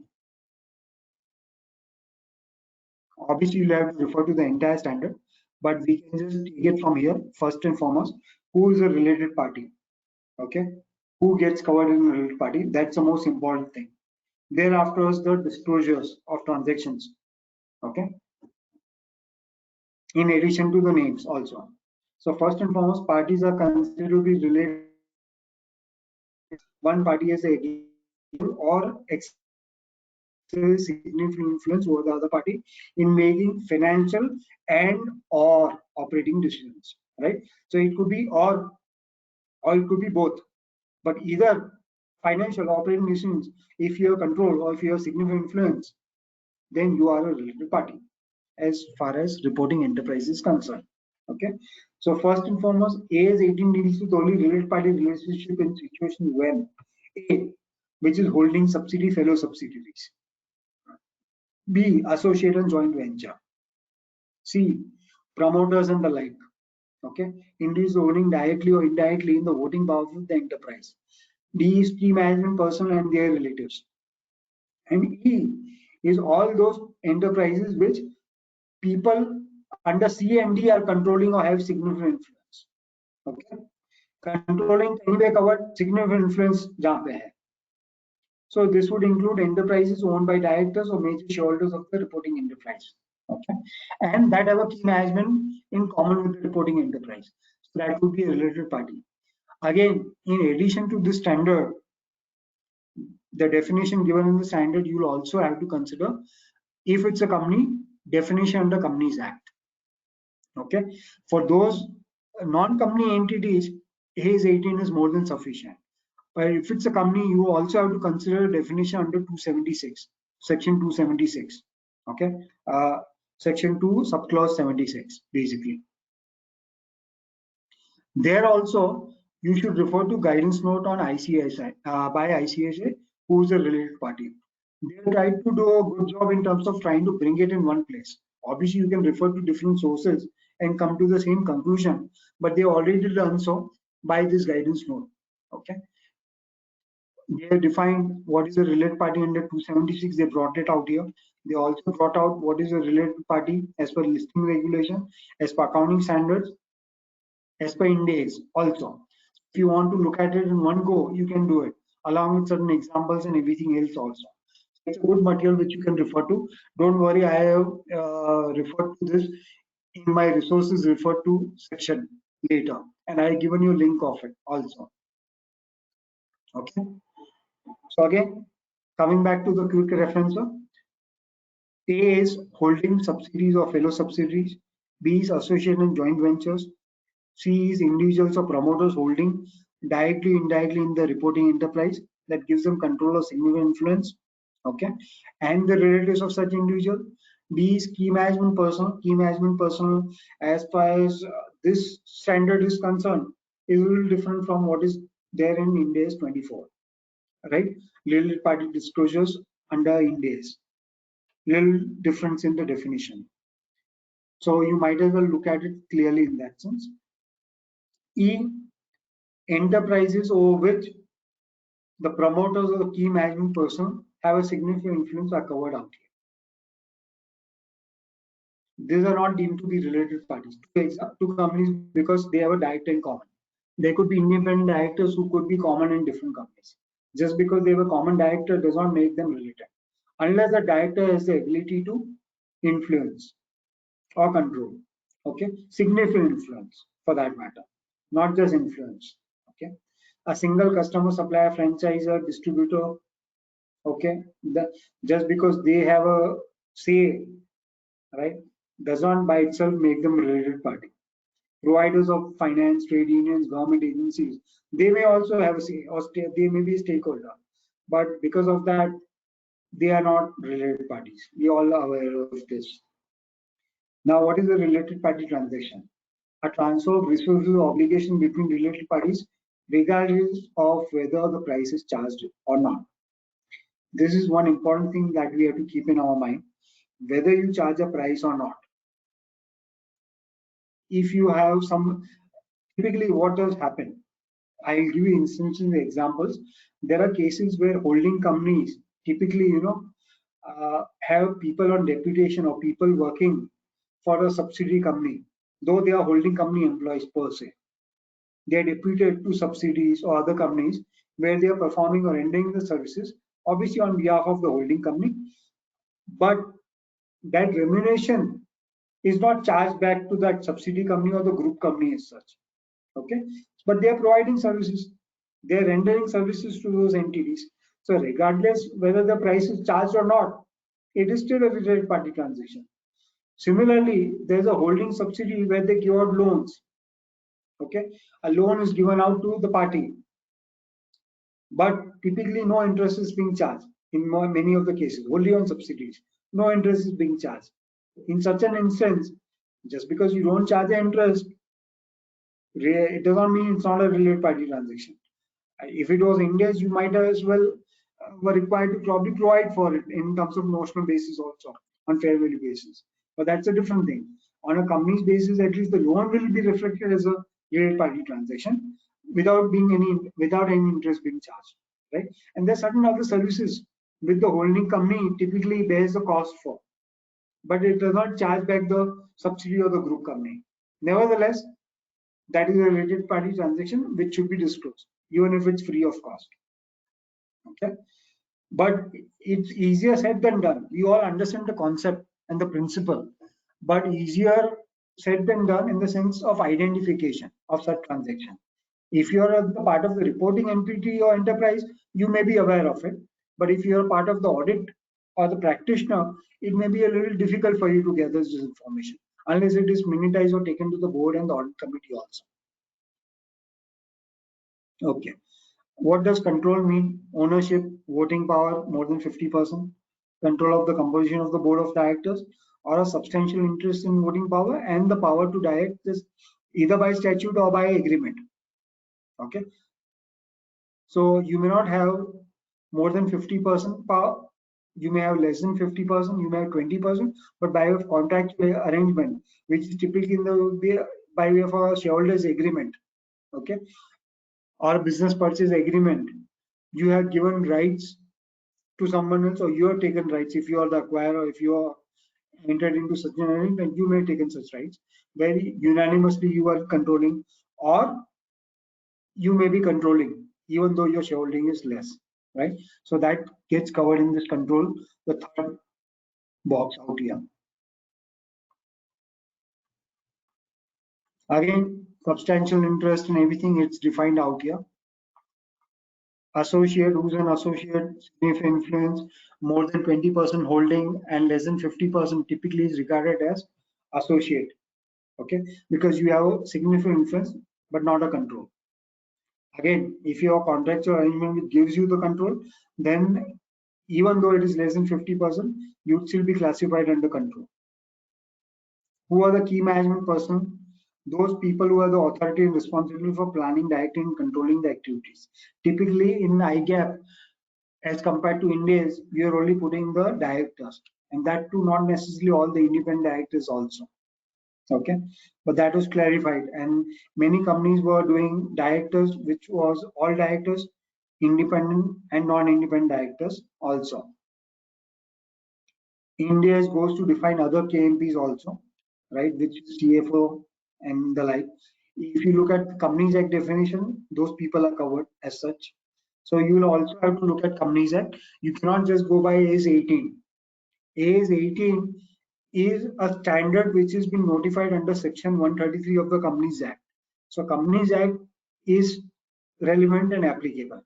So section 2 subclause 76 definition of related party would also have to be factored and taken into consideration in addition to AS 18, right? It is not a substitute. Both will have to be considered. So when you look at that definition, there are certain parties which get covered in 276 out here, which are not getting covered in AS 18. If you look at this definition, you'll come across that. Just be careful of that, and you'll have to include that as a disclosure also. Joint venture, joint control. I'll not belabor the point. I was just trying to show you that this is a very good job done, even for students, but it is very relevant for the professionals also. Okay, for professionals also, I found this material to be very good, diagrammatic and visually appealing. Okay, there are summaries available for professionals also. There's a quick referencer for professionals, but I find it visually more appealing and it's well presented and done. So I would recommend, and I have also put up the links for it for you to refer to. Okay. Let me come back to some of the related party transactions. We can look at that. PQR Private Limited is holding 60% in XYZ Private Limited and holding 14% in ABC Private Limited. Okay. And it has 20%. XYZ Private Limited has 20% stake in ABC Private Limited. Now tell me, where is XYZ Private Limited a related party or not? Please respond to in the answers. And if it's related, what is the nature of relationship? Subsidiary, holding, associate, joint venture?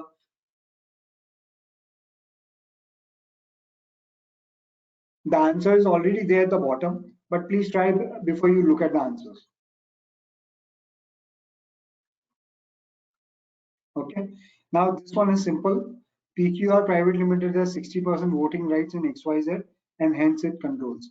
It is presumed that if you have more than 50%, you're controlling it. It may so happen that contract by way of a contractual arrangement, you may have given away those rights. Though you may be holding more than 50%, you may have given up on those rights, okay, by way of a contractual arrangement. You may have given the rights to the composition of the board of directors or to take any financial operating decisions also. Okay, in rare occasion, but it does happen. It is possible. In this case, it is presumed that 60% voting rights give you the power, give you the control, and there's nothing which restricts those rights. Okay, so it's a subsidiary relationship. Then PQR Private Limited directly and through XYZ Private Limited holds 26%. Okay, 14% directly, 20% by this one. So it is saying 60% of 20% as such. Mathematically, arithmetically, basically. And hence PQR Limited has significant influence in ABC Private Limited. Because you are basically controlling XYZ Private Limited, you can ask them to vote in a particular fashion or manner as far as ABC is concerned, right? Or you may ask them to influence that 14% you already have directly, and 20% of this would arithmetically lead to 12% or so. Okay, and you have that sort of a right to do so out there. Typically, it is 34% because you're controlling this entity itself, XYZ. So XYZ to 20 is pretty much in line with what you will say, and 14% out there. So for this question, it doesn't make a huge difference. It would be 34 or 26. It's more than 20%, so there's significant influence. Okay. Please don't read the answer in the box below. Please try and answer it whether they are related and under what category are they related. Sun Limited is what we are looking at. Sun Limited has 75% stake in Moon Limited. It has 25% stake in Earth Limited. And Sun Limited has 75% Moon Limited. Moon Limited in turn has 50% stake in Earth Limited. Okay.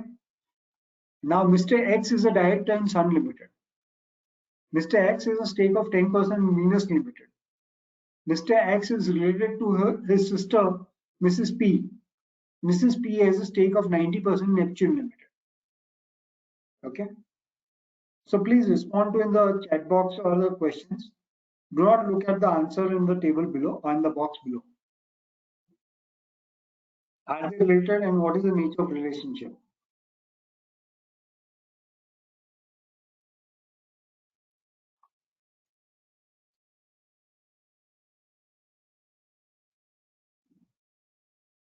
I'll wait for a minute.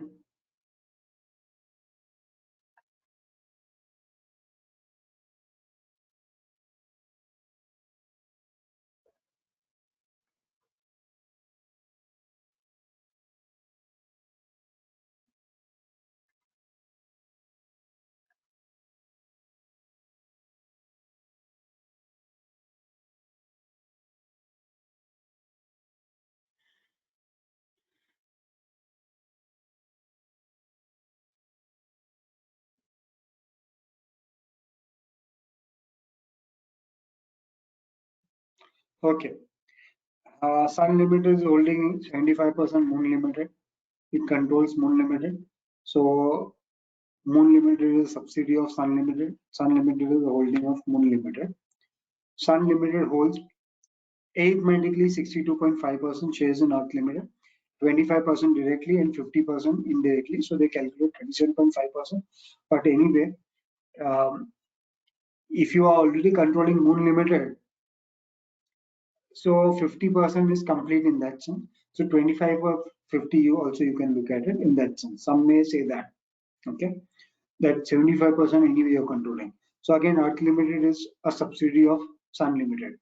Directly, indirectly, both put together.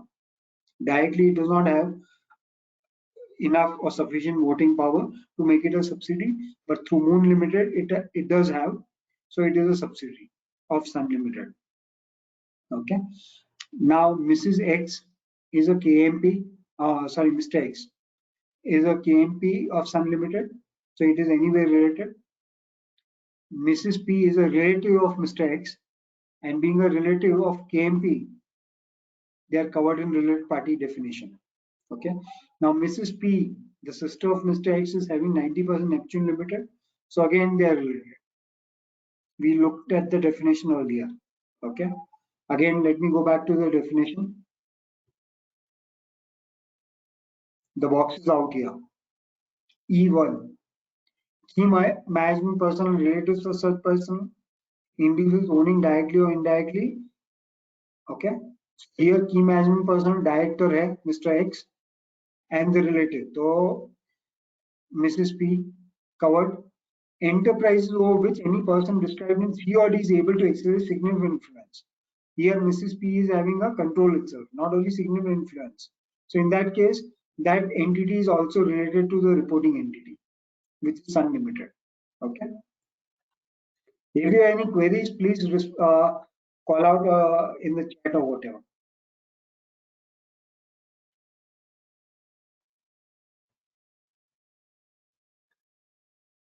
Again, private limited, ex-private limited sell goods to its associate company on regular basis. After Q1, the relationship ceased to exist. Our goods were supplied to it like any other customer. Whether transaction for entire year is required to be disclosed under age 18. This is a practical issue in that sense. Would I disclose the transaction for the entire year if the relationship has ceased to exist after a particular point in time prior to the year end itself? Let's say my relationship lasted up to June of 21. Post June 21, my relationship ceases to exist for whatever reason. Maybe change in the or restructuring in the holding, shareholding, whatever be it. Okay, contractual arrangement as the case may be. In that case, do I need to disclose for the entire year for the remaining 9 months? So that is clear, no. Or what if the opposite is the situation, where the relationship has commenced on 1st July 2021. In the first 3 months, I did have transactions with the party, but there was no relationship in terms of a related party. I had a non-related party relationship and transactions with the entity. Would you cover that or not? I would typically cover and disclose it, though technically may not be the case, but nevertheless, for information's sake, that this transaction did occur, though the related party relationship only came into existence after so and so date. I may give it by for note as such. Again, PQR Private Limited is having a JV with XYZ Private Limited and ABC Private Limited, or rather, those are JVs itself. Or they might be having it with different parties. So XYZ Private Limited and ABC Private Limited JV kya hai? Those are fellow JVs, just like fellow subsidiaries. Okay, PQR Private Limited may have a subsidiary A, subsidiary B. Those fellow subsidiaries are always related. Okay, they are regarded as siblings as far as the human relationships are concerned. But as far as JV is concerned, are these two JVs related to each other? XYZ a related party of ABC or ABC of XYZ are not related under AS 18. They are both related to PQR, no doubt about it, but not to each other. In India, this is different. Okay, we just mentioning out here at the bottom India's requirement just to highlight that there is a difference or a requirement. Again, related party is one thing which you'll have to look at from different angles for different purposes. If it is a listed company, you also have to look at SEBI requirements, right? In addition to India's, in addition to Companies Act requirement, Companies Act definition, okay? And for most entities which have income tax reporting, they would also have to consider definition of related party under 42B for those purposes. Okay, so related party would mean differently variedly for different purposes. Associates and joint ventures of the same party. Again, PQR Limited has a JV XYZ Private Limited and has an associate ABC Private Limited. Are both of them related to each other? XYZ to ABC and ABC to XYZ. Not related under AS 18. In India, they are related. They are regarded as part of the same group and related. Post-employment benefit plan. I'm just bringing this out. I'm comparing it with India for the simple reason the listed companies have all of this included as a part of the related parties. Whereas in IGAP, you would not have so. So just to be careful, if you cover someone beyond what is required to be covered, I don't think that's a very big issue as compared to not covering someone, right? If I say that the gratuity trust is covered as a related party and disclose those transactions, though technically it may not be correct as far as AS 18 is concerned, but maximum, what is the damage in that sense? I've given out more information. Yes, someone can pull me up that non-compliance with AS 18 to a certain extent, but it doesn't take away anything. It gives more information rather than lesser, right? So if I have to err, I would probably err on the safer side. I will give out more information rather than lesser. But nevertheless, if you're technically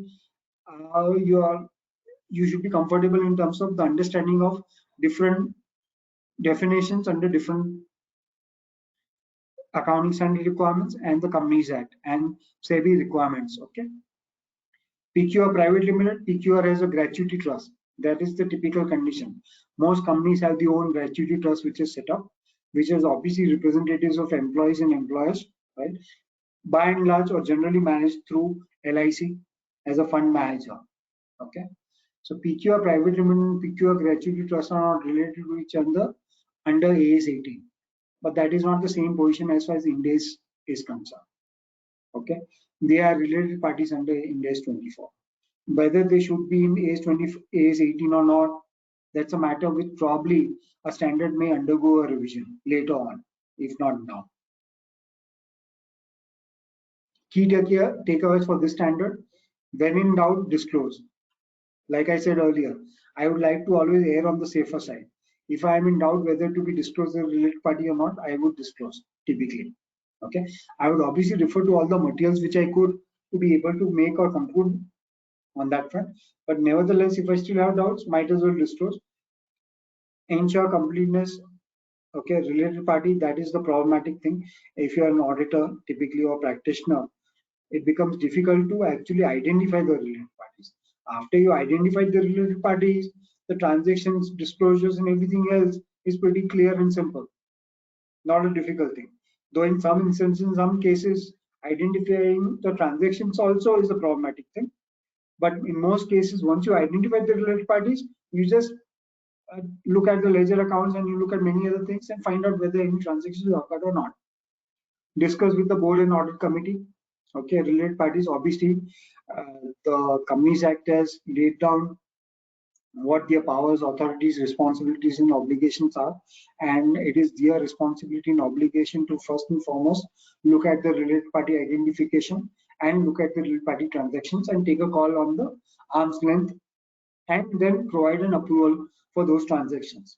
So obviously, discussing with the board and the audit committee would be the right thing to do.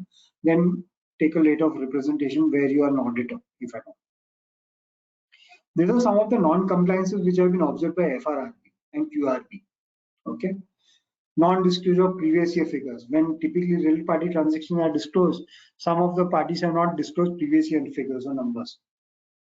Non-disclosure of related party name and transaction till the date of existence of relationship. Sometimes what happens, like I mentioned, there's a seizure of relationship during the year, but you nevertheless need to mention that this party was a related party up to this point, and you have to give out information or disclose the transaction up to that point as a related party. Okay, non-disclosure volume of transaction, either as amount or as a proportion. Okay, so you're supposed to give that volume of transaction. Non-executive directors have been disclosed as KMP. Again, like I said, when ICI or QRB looks at it, they'll go by compliance of the AS 18. And AS 18 non-executive directors are not required to be disclosed as KMP. Whereas Ind AS, there is a different situation, right? 276, there's a different situation. 276, section 2, subclass 76, there's a different situation. Those are all covered. Here it is not covered. So they have laid down. So I would rather mention it nevertheless, because like I said, not mentioning, someone might say, where have you covered Companies Act related parties? Because that is also a part of the Companies Act itself. This standard is also under the Companies Act, under section 133. Then why we not factored in the basic definition under the Companies Act? Okay. So this is in short about AS 29 and AS 18. Okay. These are those two sections, or rather two standards, which are applicable for most of the entities. Most of the entities. Let me get back to my second slide or third slide, as the case may be.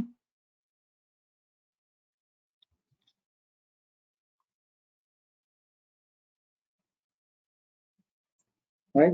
Again, to reiterate, applicability of accounting standards. In the case of a company, AS 18 is completely applicable. AS 20, diluted earning per share is not to be disclosed for SMCs. Okay. And I see that most of the entities that we would be looking at this would be SMCs. I'm sure there would be non-SMCs also, level 1 companies also. But primarily, I try to focus on that part. Then there's AS 29. Para 66 and 67 relating to disclosures may not be complied with, okay, as far as the SMC is concerned. Otherwise, for all other entities, AS 29 is applicable completely, okay. So AS 24 and 25, coming to AS 24 is discontinuing operations. Discontinuing operations applicable in case of SMCs, but those are event based. Typically, those are not on a regular basis, okay. But 18, 29, frequently every year you have to look at it, every period you have to look at it, and it has to be considered as such, right? So that is why I'm covering that in more detail and greater detail, and I'm focusing my efforts on that only. Non-company entities, again, AS 18 and 24 not applicable to small and micro. AS 20 not and 25 not applicable to small, medium, and micro. And AS 29, disclosure only not applicable to small, medium, and micro. Otherwise, all applicable. Okay. So I have covered AS 29 and AS 18 in far greater detail for that very same purpose. For most other entities. And anyway, when you take out diluted earning per share disclosure from AS 20, much of the tension, much of the headaches, much of the issues are anyway out. That's the way I look at it. Basic earning per share calculation is not a difficult task at all. It's a diluted earning per share which becomes a task in itself, right? And if you take out that, then it is all gone. And if you take out the applicability of the entire standard itself, then you are out, even otherwise. So I'm not focusing on those things which are probably relevant only to very small subset, very, very small subset, right? I'm more than happy to do it offline in that sense, whenever we get the time to do so. You can contact me at any point in time. But like I said, I have tried to bring up this material which is available, which is a very good material which has been put up by the institute for the students. Definitely, it's a reference of a quick revision. To reiterate, you'll have to nevertheless go through the entire accounting standard. There are summaries also available. There's a quick reference available for professionals also. That is as of 1 April 2019. That is available out there. You can look at that. Now we can look at AS 24 out here. AS 24 discontinuing operations. Okay. Again, what is a discontinuing operation? There's a difference between Ind AS 105, which is non-current assets held for sale. Okay. That is where this gets covered partly, not completely in this sense. So putting that aside, that is only for reference that I gave you, comparable as far as Ind AS is concerned. What is a discontinuing operation? The enterprise pursuant to single plan represents a major line of business or geographical area of operations that can be distinguished operationally and for financial reporting purpose. That's a component of an enterprise. It has to be a component per se. It can't be a single asset typically. Where you're talking about an operation which is to be discontinued. Okay, abandoned, discontinued, up for sale, as a case may be. Okay, so you have to first and foremost identify whether it's a component which fulfills this condition. That the enterprise pursuant to a single plan that represents a separate major line of business or geographical area of operations that can be distinguished operationally and for financial reporting purposes. Plans to dispose of substantially in its entirety, such as by selling or a demerger or a spin-off or disposing in piecemeal basis or terminating through abandonment. Then and then only can it be a discontinuing operation. But it has to be pursuant to a single coordinated plan. Now, when do you know that this discontinuing operation has to be recognized in the books of accounts or in the financial statements as well? So what is the initial disclosure event? Okay, this is only a pure disclosure. There's no recognition measurement issues which are very significant. There are certain which you'll have to factor in, which will go through. This summary is presented out here. But what is the initial disclosure event? Because you are trying to give an idea to the other party that this part of our operations, which is a separate component, which we are planning to abandon or sell off. So other party can make out what would be the future recurring operations or the future recurring profitability calculations, right? They can work that out. They can estimate that accordingly. Something which is going to be discontinued is not to be factored in, even otherwise. Whether it is for the reasons of loss that you want to discontinue, abandon, whether it's because you are able to sell it at a higher price, whatever be the case. So initial disclosure event is what you need to identify. When do you actually disclose the discontinuing operations, right? Is the occurrence of one or more events. What is that event? Enterprise has entered into a binding sale agreement. It is a binding sale agreement, not just that I want to discontinue and the board discussion that I want to look out and scout for opportunities. It has to be binding sale agreement. Okay, for substantially all of the assets attributable to discontinuing operation, or enterprise board of directors or similar governing body has approved a detailed formal plan, not discussions, not just pure discussion, and made the announcement of the plan. Okay, so they made a approval, detailed and formal plan, and also announced it. How, to whom it has been announced, that is a matter of a case-to-case basis where we need to look at it, right? Whether they have bound themselves to do so or whether they're just trying to play around in that sense. Certain companies or certain boards actually do it for the sake of, presenting those information that they want to, actually separate out that discontinuing, so they can show a better picture of the continuing operation and they can show it separately. So that may not be the right way to go about it. You'll have to look at it whether it fulfills this criteria. If it does, then there's an initial disclosure event. Okay. Recognition measurement, what do you do in that case? Is there any guideline on that? First and foremost, does not provide any guideline. Be very clear about that. Either for recognition and measuring, effect of discontinuing operation, or relevant accounting standard should be referred. Okay, so this standard does not give you any recognition measurement in terms of that component, those assets, liabilities that is forming a part of the disposal group or discontinuing operations. What do you do?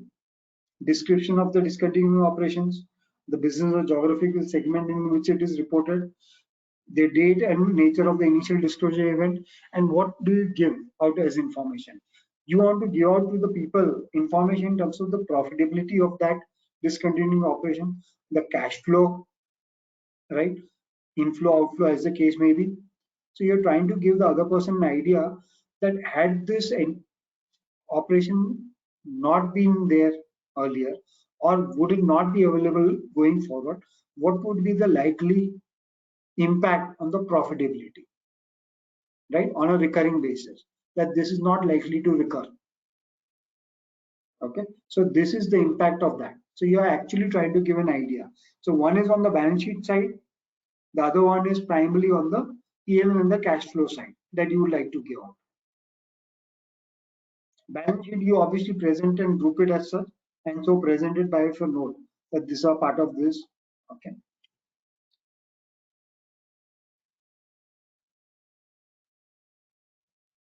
So 24 is applicable to level 1 and level 2. However, these are matters which will be applicable to lesser number of entities.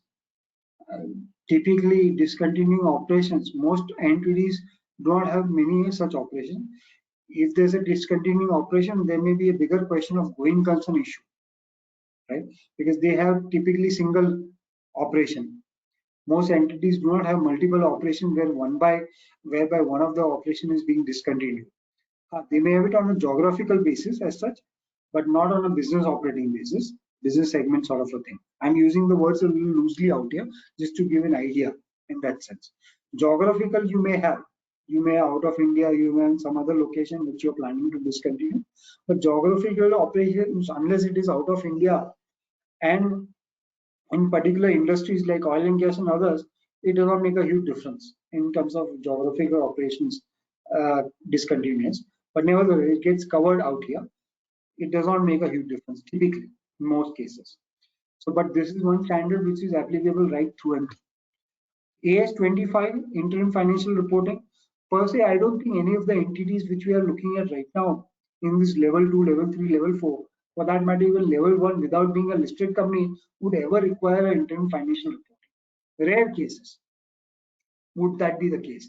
So when it's a matter of a rarity, I would not like to spend a good amount of time on interim financial reporting per se, right? I can take this offline. I'm more than happy to answer to someone on an offline basis, specific cases that you may have, right? I'm more than happy to do so. For any of the standards per se, not only this, but AS 25, the way I understand is, you can correct me through your responses probably, that this by and large to the entities that we are looking at, which are unlisted primarily, would not be relevant. To great extent, interim financial reporting would not be relevant. They have to opt for it. If they opt for it, then it is definitely relevant. Okay, so this is where I am as far as your 25. We covered AS 29, we covered AS 18 in greater detail. 20 EPS. Again, 20 EPS relevant for companies primarily. For other entities, I don't think there's an earning per share that you would end up calculating as such. But where you do it for companies and where it is mostly SMCs, diluted earning per share is not to be disclosed. So let me put it to rest in that sense, that you will not have to spend good amount of time on doing that. It'll be only basic earning per share, and basic earning per share is not a difficult proposition as such. It is basically profit attributable to shareholders divided by the weighted average number of shares. Weighted average is based on the time period. Okay, from where you issued, you take a proportional weightage on that basis and you find out the weighted average number of shares. That's a very easy calculation. I'm sure everyone has already worked that out for companies, and that's not an issue. It is only an issue as far as diluted earning. And diluted earning, to reiterate and repeat myself, not required per se in companies also for SMCs, and for other entities as such also may not be relevant and applicable. So this is sum and substance. I am closing this session with this. I am only putting this slide up here just for the sake of talking about investments. But like I said, this material is available. I'll give a reference to all the material available out here. Not only this and many other material. So let me take you to the last slide. This is a slide which will give you an indication of the resources that I refer to. Okay, it's a link which I have given to. So guidance note on related party transactions, ICSI, accounting standards for non-company entities for the applicability of level, and for non-company entities, financial statements are given, model financial statements. Accounting standards applicable for accounting period on or after this one. This is the MCA link for the standards applicable to companies. This is the notification of the rules and the gazette, the entire standards as well, technical guides and other material, right, which gives you the quick reference for professionals as such. which is applicable from 1/4/2019. As this is a direct quick reference link. This is the overall link to all the material. This is for non-company, micro non-company entities. This is applicability of accounting standards to various entities. Okay. And this is a reference of a quick revision which we are looking at, which is what I presented out here. Quick reference. Okay. This is for students per se, but I found it to be relevant and applicable and good even for professionals for a quick revision. Okay. You need to refer to the entire standard, but this is very good, this one. With this, I complete because I don't want to overdo it because 3 hours is a good enough time, but it's too long to hammer the same thing. If you have any questions, you can post it out there and I'll be more than happy to answer that, or you can contact me later also. I have given my contact details in the last slide. Okay, contact number as well as the contact email address. With this, I complete my session. Any questions you may be able to raise right now, fair enough. If later, we can do so. Thank you.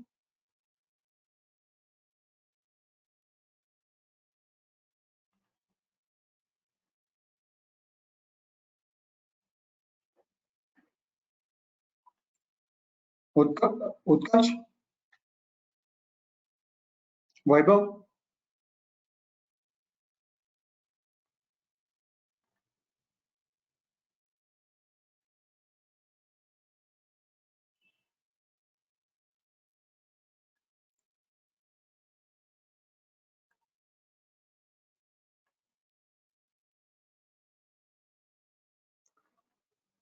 Fine. My session is complete. Probably this WIC coordinators may not be available right now because I completed prior to the time allotted. So thank you very much for the patient listening. I would have liked this to be, physical or where it's both ways interactive, but some limitations, come out here in the monologue sort of a thing. But thank you very much for the patient listening.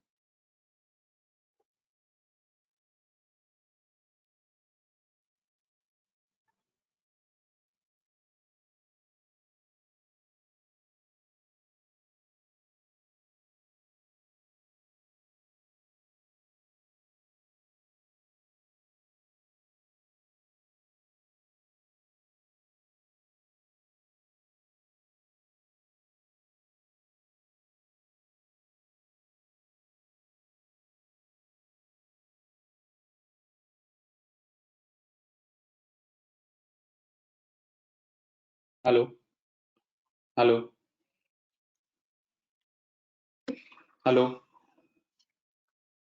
Hello. Amin sir. Good evening. My session is complete. Okay. Yeah. No sir, I was I'll on my share. phone. That is why I was not able to respond to you. Now I have joined through my laptop. That is why I am now able to respond to your.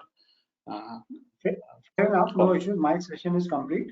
So what I'll Okay. do is I'll share this with you separately by an email as such, Sure, sir. right? So you can share accordingly the way you think it forward. Okay. Okay. No problem, sir. Sir, many thank you for enlightening us and giving us this lucid presentation on the various ASS that you have covered, provisions and contingencies, and the QRB and the FRB observations that you have mentioned during the presentation, sir. I hope the members would have found it useful, and I think if the WRC team is okay, we can conclude this session.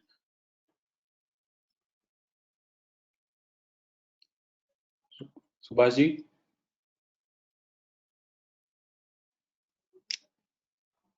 हाँ sir stop कर रहे हैं. हाँ जी. Thank you. Okay. Thank you, Amin sir, once again. Thank you, Thank you. for sparing this time and helping us with the accounting standards. Thank you so much. Thank you. Thank you.